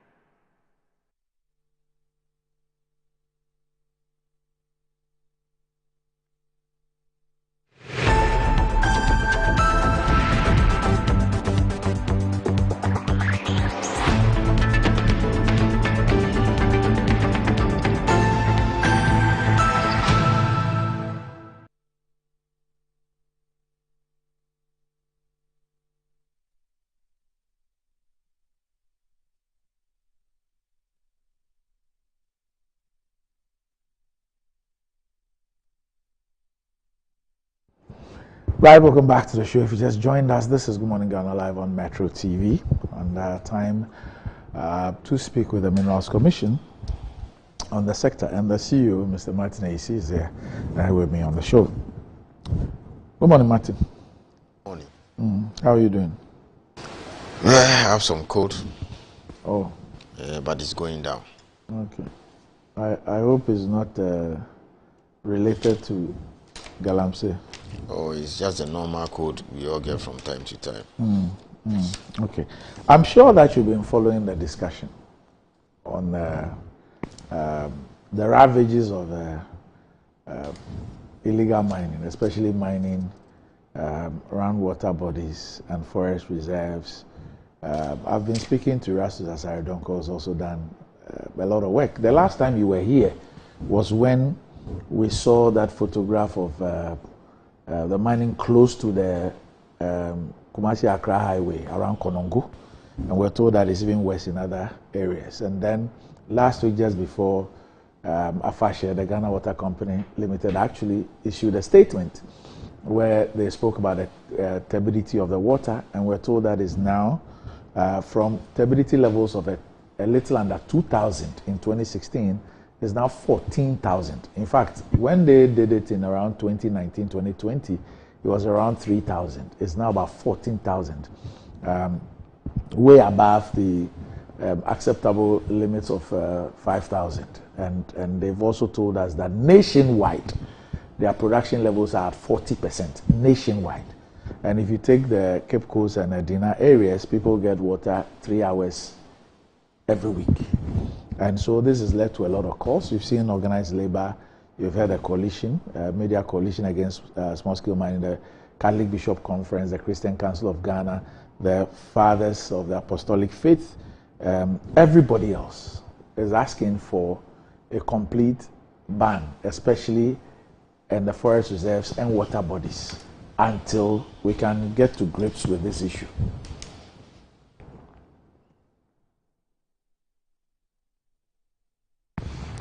Ronnie, good morning. Morning. I've been away for like 2-3 weeks. I was on an official assignment outside the country. Then I think somewhere last week too, I was on a different program. Thank you very much. And good morning to our listeners and those who are also watching us. Randy, yes, I've been following and listening to all the issues and then the presentations from organized groups, civil society organizations, and then the various groups. And there is this group, Coalition Against Illegal Mining, which is made up of various interest groups. Yes. And then the recent statement, asking government to take certain steps to deal with the issue. I think you brought one key issue to the fore, which is the issue of banning small-scale mining. Mm-hmm. There's a video I'll be using in the course of my discussion, but it can be rolling as we talk. I'll make reference to it as we have it. Yes, but it should just keep running. Randy, ban on small-scale mining. Randy, yes, the lawyers have a certain, we have in law, there's a comment, or I don't know whether you should call it a dictum or whatever. They say reps ipsa loquita. The thing speaks for itself. In other words, we will discuss what government has been doing and to address issues of whether government has failed or not. We will come to that. But then beyond all that we say, people normally say, oh, okay, if you say you've done X, Y, Z, the water body is still brown. It still Milo look alike. Recent statement by that official at Water Company and a host of other issues. So we understand that, we get that, and no apologies on that. But then let me deal with the question you asked, because that is one of the issues among several things that have been itemized by organized labor, UTAG, and all the various groups that should happen. So it's like stop small-scale mining altogether, take a back stage and recalibrate, and then perhaps come back. If you ask my take on it, I'll tell you what I think. So let me just read. Yes. This. So this, I'm reading from the organized labor statement. They say an immediate declaration of state of emergency in line with the provisions of the 92 Constitution, Articles 31 and 31(4). The declaration must incorporate the following: A, an order to halt all forms of mining, legal or illegal, in forest reserves and around water bodies. B, immediate evacuation of all mining equipment in forest reserves and around water bodies. C, the deployment of the police and the military with full orders to remove / destroy all mining equipment and other earth-moving equipment around river bodies and in the forest reserves. 2, the immediate revocation of LI 2462 and withdrawal of all licenses that have been granted for prospecting and mining in forest and protected reserves and also around water bodies. 3, establish a special court to prosecute the perpetrators of this horrible crime. Organized labor will urgently embark on a series of demonstrations and a nationwide strike if government fails to address the concerns raised by end of September 2024. Ronnie, thank you. So I'll deal with the first one. Right. Following what has been happening, the reportage and what everybody is talking about, people are saying that there should be a ban on small-scale mining. I've heard it, and I want to explain the situation, and then Is it in forest reserves and around water bodies? Yes, but Randy, I will speak to that, but let me tell you, there's already a law. I'll read. Just a second. So this is Minerals and Mining Amendment Act 2019. Date of accent 19th August 2019. And then it amended section 81 of Act 703. Act 703 is a mining law. And then let's look at it, the offenses. A person without a license granted by the minister. A person who without a license granted by the minister undertakes mining operations contrary to the provisions of this act, instigates, commands, counsels, procures, solicits, or in any manner purposely aid, facilitate, encourage, or promote any act in contravention of a provision of this act in respect of which a penalty has been specified, or provide support. It goes on and on and on. But let me read the part that is relevant to this, just to let you know that there's already a law, so we're not saying anything new. The enforcement is something we can discuss. It says, a person who fabricates, manufactures, uses a floating platform or any other equipment for mining, dredging, or other mode of mining for the purpose of obtaining minerals in or along the banks of a natural water body, including a river, a stream, a water course, the exclusive economic zone, and any area covered by the territorial sea or continental shelf of the Republic of Ghana, commits an offense and is liable on summary conviction to a fine of not less than 50,000 penalty units and not more than 100,000 penalty units, or to a term of imprisonment of not less than 15 years and not more than 25 years, or to both the fine and the term of imprisonment. So what am I trying to say? Randy, there's already the law.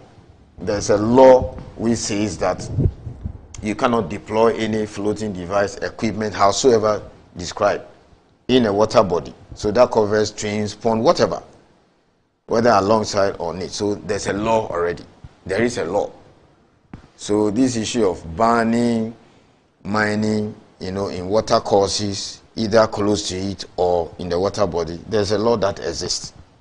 Enforcement, we can deal with it. That's a different ball game altogether.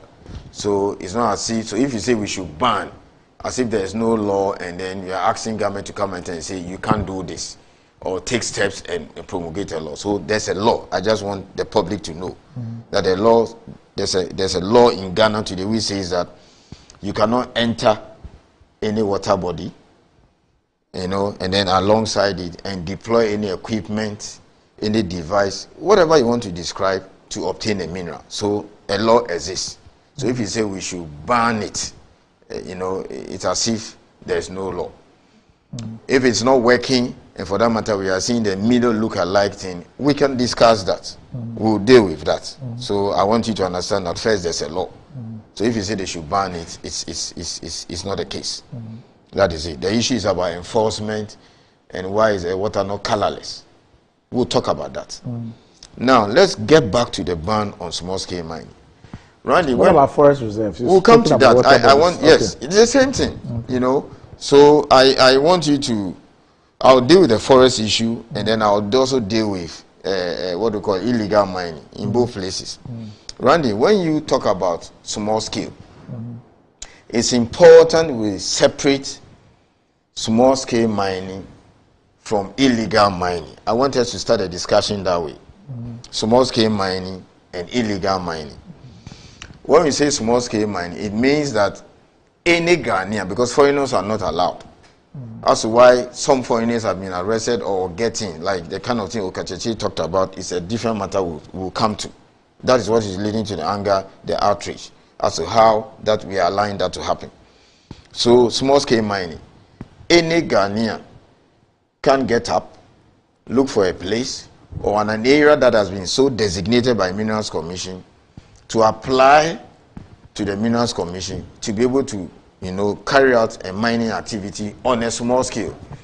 The area is basically 25 acres. We'll look at the application, go through the whole process, and then it is recommended to the minister to sign. So anybody can do that. That is lawful small-scale mining. The processing and everything is done online and is done by the district officer of the Minerals Commission.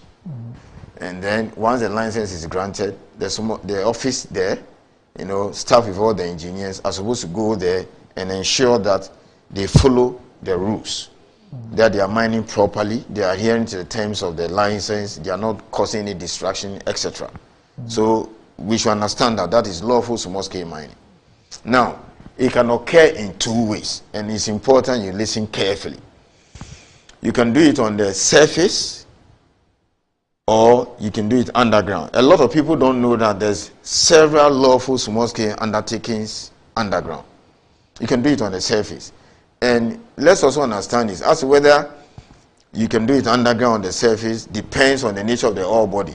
So sometimes when I hear people say, oh, force them to go underground, I get worried. It's just geology here. It's a location of the ore body that determines, because beyond a certain depth, you have to go underground. So it's not a matter of saying, no, you can't do this on the surface, go underground. No. So you can either do it either on the surface or underground. This bit of education is important, and then we can take the issues. We will not finish today.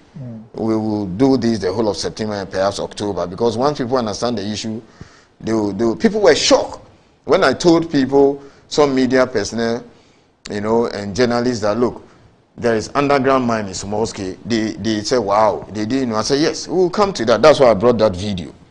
Now, on the surface, it's either hard rock or alluvial.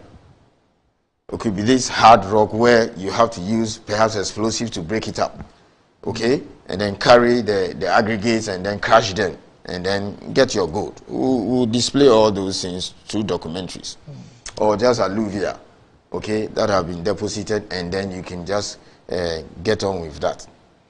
The other one is where the only way you can reach the ore body, so now the video can roll, is to sink a shaft.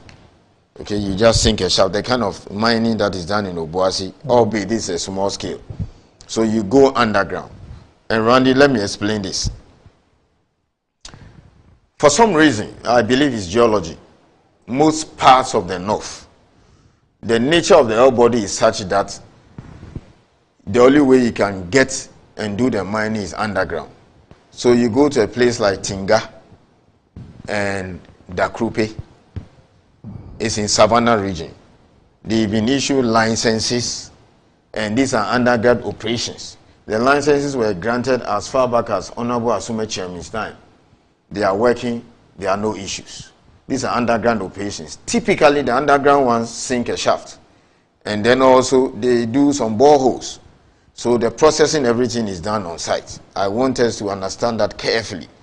So many of those areas are underground operations. Then you go to a place like Upper East, Bilsa, both the north and south. All those workings, they are all underground. Now, this video you are watching, okay, it's a documentation that we did. We will play them, in the course of the week. There is a site in Takwa, and I want you to listen carefully. There is a site in Takwa owned by a company called RMG. And then there's also Takwa Community Mining. Now, at the RMG site, Randy, you have 5,000 people working. And for me, when I make a statement, I am very careful about it. We can go there, we can check. I think it's time now for us to take the media to some of these lawful sites. RMG site in Takwa, they have their license, they have the environmental permit, and all the other approvals, and they are working. It's purely underground. What we get there, you see. It has nothing to do with any water body. It has nothing to do with any river. And they are working, they have balls on site, they have gold catchers, they have other machines, and then they process them, and then they mine the gold. Randy, what I want you to understand is that that is not the only example. The entire Takwa, many of the small-scale operations there are underground. Part of Prestia, you go to some parts of Obuasi, and there are several thousands of people involved. Savannah region, Upper East, etc. All these are underground operations. And Randy, they have licenses. Some of them are doing it illegally, so we are beginning to formalize them. That's why when the minister says that we should ramp up the licensing, that's what we're talking about. So this is my personal response to that request for wholesale ban. So when you say that disgusting, I'm using the word disgusting, so it tells you that we are in this together. When we say because PRA is so brown and Cobra and Co have been polluted, they no longer look colorless the way it is. And for that matter, we should stop lawful small-scale mining altogether. Then there's several thousands of people in Takwa who work underground and they don't go into the water body. They don't go into the PRA, they don't go into the Ankobra. You go to Dakrube Tinga, who are working underground. They don't go to any water body. They just bring their ore body, crash and mill on site. We've given a lot of them gold catcher. It means that you are asking them that they should shut down their operations. Now, this site I'm talking about, people have invested millions to bring in machines and do all these things, you know, and do it properly. And there are thousands of people working. So let me say this is not government position. That's my position as a regulator. And I will recommend to government not to go that route. So I will have a problem with wholesale ban. And this is one of the reasons. So that is it. So this is RMG. I want you to watch the video carefully. And I'll play it in all the stations. And that's me responding to it. And folks are going underground. The water is not disturbed. There are 5,000 people working here. Properly dressed, attired. So you can see I will later on reduce it so that we can really show the site. But I'll be making references to it as we go on. So wholesale ban. And that's what I said when I put out a statement sometime last week. That a wholesale ban will affect lawful operators, particularly those who are working underground, who don't have any issues with this environmental, if you like, catastrophe, disaster, terrorism that has been, used all over the place. So that is the number one problem. You can't use one brush to sweep everybody. Just like the way you go to the West and you say you're coming to do an investment in Ghana, they will tell you, oh, Africa, don't go there. We have 54 or so countries that are different in everything. Ghana is not Sudan, Ghana is not Mali, Ghana is not Burkina. We may have certain things in common. So you cannot say that because there is war in Sudan, nobody should come and invest in Ghana. It's the same thing here. So I will not support total ban on persons doing small scale lawfully. And that is one of my strongest points. There are several thousands doing it lawfully underground. Even surface operations. I've given an example. That's number one. Number two, Randy. I also want you to understand carefully that this is not the first time that a wholesale ban has been implemented. We saw, I think, right from April 2017 all the way to November 2018, where there was ban on small-scale mining. It means that nobody can be granted any license, authorization, or approval to go out there and do it lawfully from April 2017 to somewhere November 2018. Okay? What we should be asking ourselves is, what was the outcome? It was disastrous. We were even worse than before. Number one. Why? People have invested money, so people lost millions of dollars. People's businesses were destroyed. And others went and even engaged in illegal mining. Yes. People went and engaged in illegal mining because they needed to pay their bankers and pay people for the equipment and the money that they took, stopping them lawfully. And people became destitute. A lot of people are still yet to recover from that kind of thing. So we've been there before. That's number one. Number two, in 2018, about $2.1 billion worth of gold came from small scale. And that was 48%. So it means that but for the ban, even small scale production in 2018 will have eclipsed large scale. And that gave us 48% of our production because the gold was still leaving the system. And it will interest you to know that that was the year that Ghana overtook South Africa as the biggest producer of gold in Africa and number 6 in the world. So I will have a problem because, and then I think the other day I made this statement, and then I think Joy FM took it out of context. I said that in my response to that if I have 4 sisters and one is an escort, or if you like a prostitute, let's use that word, I don't think it should be a reason for the other 3 not to be married. So I'm saying that people have gone into the prayer, people have gone into the cobra to go and do this thing, which is not allowed. We should not, on the back of that, the anger, which I understand very well, say that others who are doing it lawfully and they've also spent a lot of money should also not do it. That's my position. I have had several discussions with my minister. When the issue came up again, he called me and said, look, Martin, have you gone through all these releases and statements that are being raised all over? I said, yes. What is your take on small-scale mining? What I'm telling you is the same thing that I told him. He has to make the final decision. I said, Minister, it is not the way to go. I will not advise governments that because of this existential threat and the kind of thing we are facing with, which is making all of us angry, no apologies about that, folks in Takwa, Dakrupe, Tinga, Bilsa, North and South, who are just sinking shafts underground. They should rather be assisted to do it properly.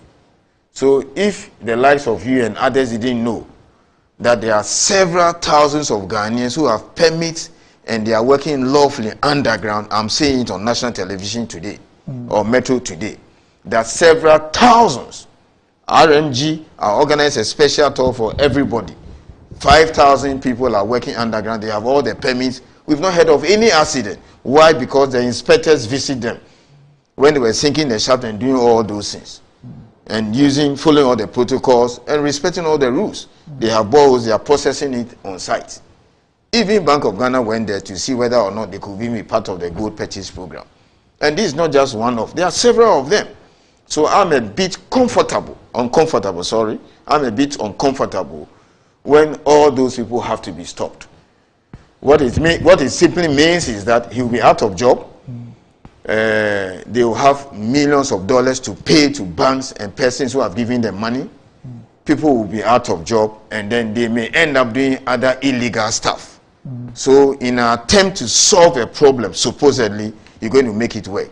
So I asked myself, the 5,000 that if a ban is imposed by government today at RMG, the several thousands at Takwa community mining, and these are all underground operations. If government should go out and say, today we are stopping small scale even lawfully in Ghana, these 5,000 people and several thousands of people in Takwa, Randy, immediately, what do you want them to do? Martin, just hang on. Let me finish. I mean, we will not finish today because the earlier panelists took our time. There's a lot. I need people to also have a little bit of education, and then you can take us on. But in spite of all that you are saying, the water is still brown, and I'm saying it's not everybody who is going that route. Okay, so there are over 50,000 people in Takwa alone who are underground as we speak working. It has nothing to do with any of those water bodies. Let us separate the two and take them one after the other.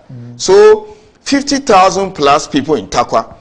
Government gets up today and say nobody is allowed to even apply for license and do small scale lawfully. Perhaps those who are doing it are not grandfathered. And then you are saying that everybody Jawejuma ko nuchumo afoshin. All these 50,000 plus people in Takwa, I've not mentioned the other regions. What do you want them to do? To start farming immediately? Do we harvest crops in a day? Okay, you find some of them going to crime. You find some of them going to do the very galamsey that is annoying all of us.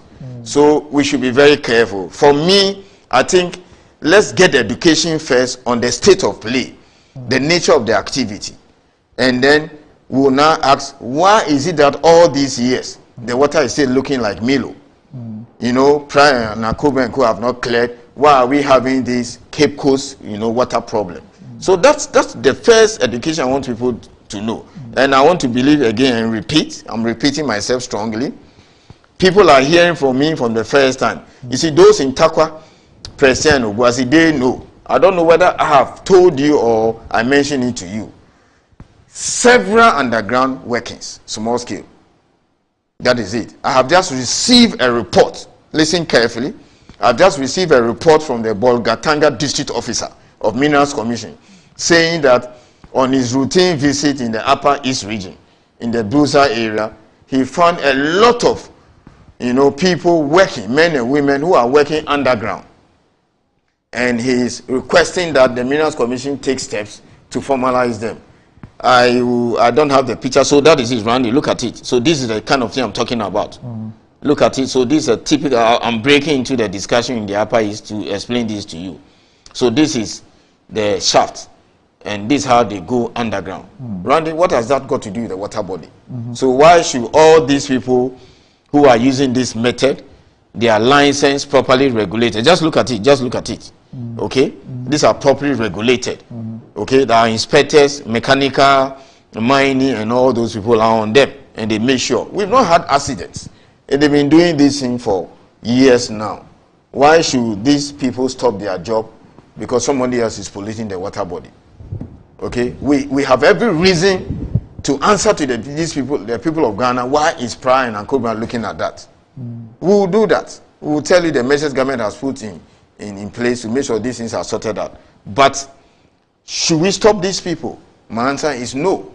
So we should tread cautiously on this wholesale ban in the anger we find ourselves. Okay? The mood is not the best. People are angry about all those things. But we should tread cautiously so that in our attempt to address a problem, we don't destroy other jobs. We don't destroy the livelihood of several thousands of people who are doing it properly, following all the rules and code. So you see, that is their site.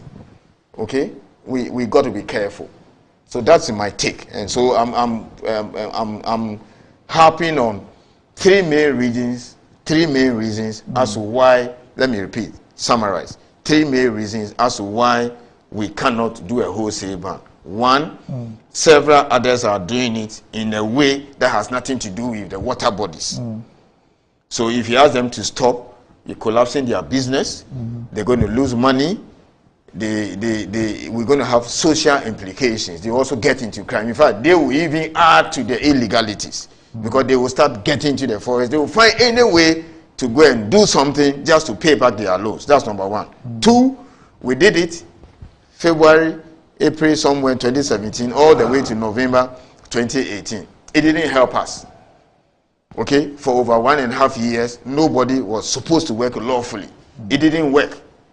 In fact, that was a time that the biggest production ever in small scale took place. 48% of our gold, 2018. So that is a little bit of education. Does that not signify or make the point that we are incapable of regulating mining in Ghana? Randy, that is not the case. I only wanted this education. You see, that's a shaft. I think it's gone off. Maybe in our next segment or edition, I'll take out, it's a full documentary. I'll take out that bit so that you see how they go underground and go and bring it. I'll not say that is the case. Randy, now let me deal with some of the issues before perhaps we went out for the day, and then next week we'll continue. In this particular issue, so that is it, that's the shaft. Okay? That's what they are doing. And you can see it's localized. I want to believe that's a journalist who is trying to go and find out how they do it. There's no river by, there's no water body near. Okay? So he's about to go underground. Goes to bring the stuff, and then they just crash and wash it on site. These others are illegal people. It's a full documentary. Randy, let's understand the drivers of illegal mining. Illegal mining, what is causing the problem. And that's what I want people to understand. Randy, the main reason why we have illegal mining, the solutions, as whether they are working, they are not working, what government has done, we will not be able to touch on it. So indulge me. And I want you to say this and put it on record. A lot of people don't know. The fundamental cause of illegal mining is getting a place for the small-scale miners to work. That is the bottom line. That is a fundamental cause. The others, I'll touch on it. Okay? So it means that any solution that will not deal with that, the problem will not go away. You're dealing with 3 million livelihoods. Let's have that at the back of our mind. We're not dealing with 50,000 people 20 years ago in Eastern region, in Ashanti, in Western North, Upper East, and Central. Just 5 regions. So, fortunately for us, Professor Kilakpa is alive. He was the first board chairperson or chairman of the Minerals Commission. The commission was created in 1986. Then the CEO at that time is the Venerable Kofi Ansah, still alive. I would love for you to do a segment with them, generally, not just on small scale, but the mining sector. That was the time that, right from the 15th, 17th century, before the British, the Portuguese came, 1471 and all those who were colonized by the British, all the way, small scale was not allowed. But we were doing our good anyway. That's how come the Ashantis do all this kind of stuff. And then when we ran down the state-owned mines, so at the 70s, we went to the IMF and World Bank. And then the IMF and World Bank says that sell the mining companies, sell the companies, sell the mines. You can't run them. So Takwa was sold. Prestia was sold. Dunkwa Continental, where they were doing dredging proper. The whole dredging was going on offing lawfully. All these things were given out because we couldn't manage it, like Ghana Airways and Co. And then they are saying that you have a lot of your gold and diamonds in Togo. They don't produce those things. So take steps and formalize the sector. So 2 laws were quickly passed. Small-scale gold law and mercury law. So actually a law was passed to allow the miners to use mercury. But how they were doing it is different because they had this retort and the way they will capture it. And they were saying create offices in where they were doing this thing so that we can give licenses to them. So Minerals Commission offices were established in some selected mining areas just to do all those things. These were things that Kofi Ansah and Kilakpa and them did. Randy, so this is 89. About 35 years ago, I hope I got my maths right. Professor Kilakpa and Kofi Ansah then said that beyond all these small areas that were doing it, and we are now formalizing in 5 regions, they recommended that let's have designated areas, which we call them block-out areas. You see, you block them out solely for small scale and give it to them. And then the advice was that where they were working, and this was Rawlings era, PNDC, let them work. And then every year, let's find money for Ghana Geological Survey. That time they used to call it Geological Survey Department, for them to go to all these designated areas, spend money, and then do the investigation. And then you can parcel it out and give it, to the small-scale miners. You can let them form groups, cooperatives, etc. Randy, for 30 years, nobody listened. I'm not making apologies. I'm not defending what we are seeing on PRA, and I'm not saying people should not be angry. I don't live in space. I'm living on the same earth like anybody else. Remember, I also have relations around the countryside. We eat food that comes from, the countryside. Practically nothing grows in Accra. It's just houses. So I know what I'm talking about. So for 30 years, government after government sat down and did nothing. Okay? And then technology has made it possible now to quickly, find a place where you can mine gold. So now you're talking about an activity in 12, 13 regions. You see, people don't know this. People don't know this. Apart from OT, where I come from, and then also from Volta and Greater Accra, the rest of the 13 or 12 regions, small-scale mining is taking place, both lawful and illegal. I want you to understand that. So we sat down 30 years. We didn't do anything. 5 regions. Now we are talking about 12, 13 regions.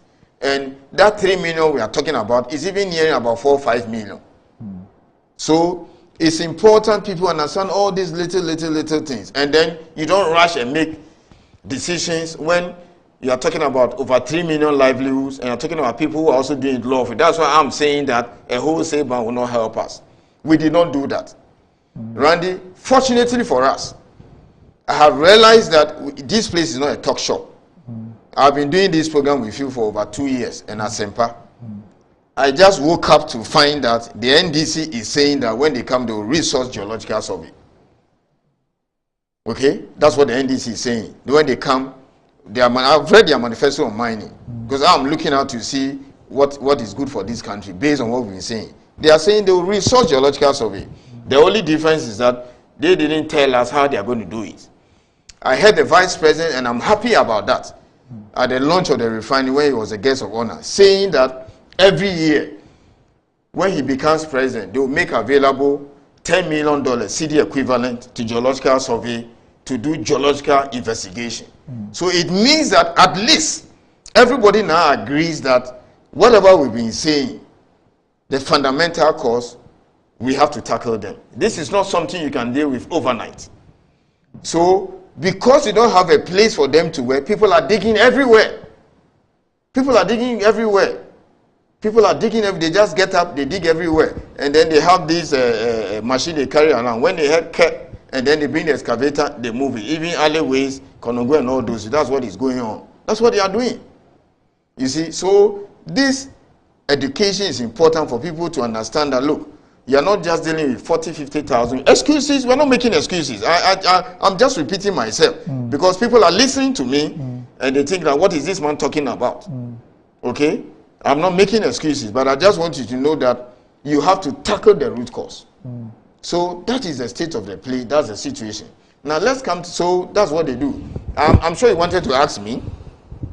I know you're hard pressed for time, but then we'll continue next week. And I'm asking for a special session on one of the Saturdays.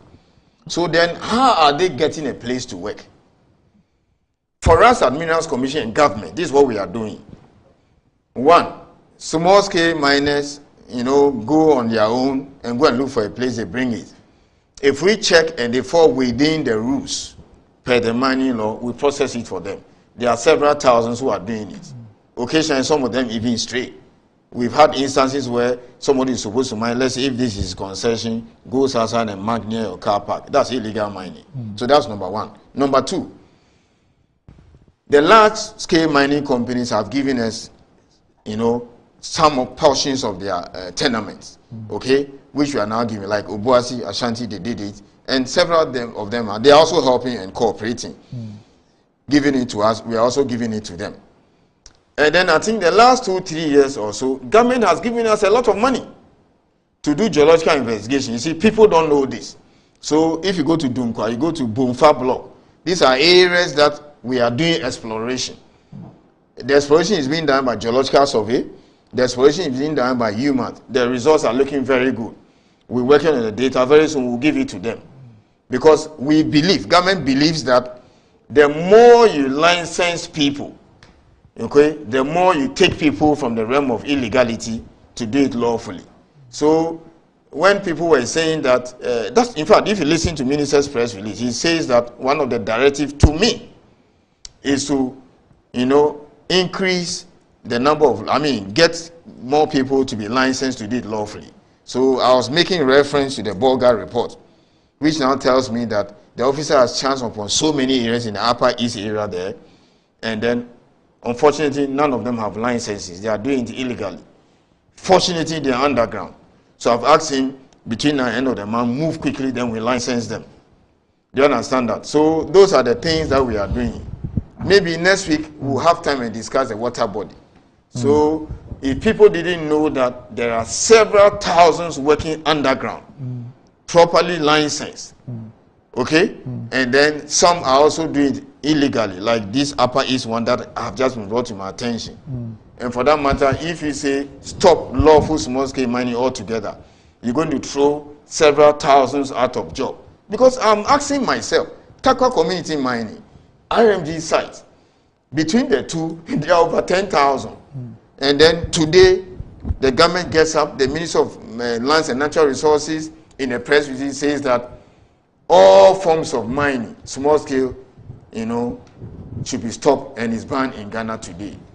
Those thousands of people in Takwa who have spent money, and remember at the market there, at the Takwa CBD, everything that is going on there is coming from these underground workings. So it means that you're basically going to collapse the town.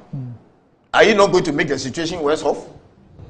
Where do you expect all these thousands of people and all these market women in the central business of Takwa, where the miners come and spend money, buy clothes? What do you want them to do? They should go and steal? They should go and steal? How do you expect people to pay millions of dollars to banks that have given money to finance these operations? So if you ask me, as a CEO of Minerals Commission, because definitely government will consult the Minerals Commission. If you look at Section 100 of our law, it says that before the minister makes any decision, he needs to obtain the advice of the Minerals Commission. I will not recommend to my minister or to government to do a wholesale ban on small scale. So that's my first response to organized labor and the other people who address their other concerns. But it is not in the interest of 35 million Ghanaians to say that all forms of small scale mining must be done, banned. We will not go that route. Okay. I won't support it. All right, okay. All right, so those are the views of the Minerals Commission and its CEO. Next week we'll be here, and we'll be narrowing down to the water bodies and the forest reserve. That's where the meat really is. Yes. That's where our issues are. And that is what we see. And that is what we are outraged about. And that is what we must be told why we are where we are. And that's why I asked the question whether perhaps, we are incapable of regulating it, because that is what it looks like. We are capable. Okay. We haven't shown the capability, and the results are there for us to we see. are capable. So we'll continue next week. Up next, sports.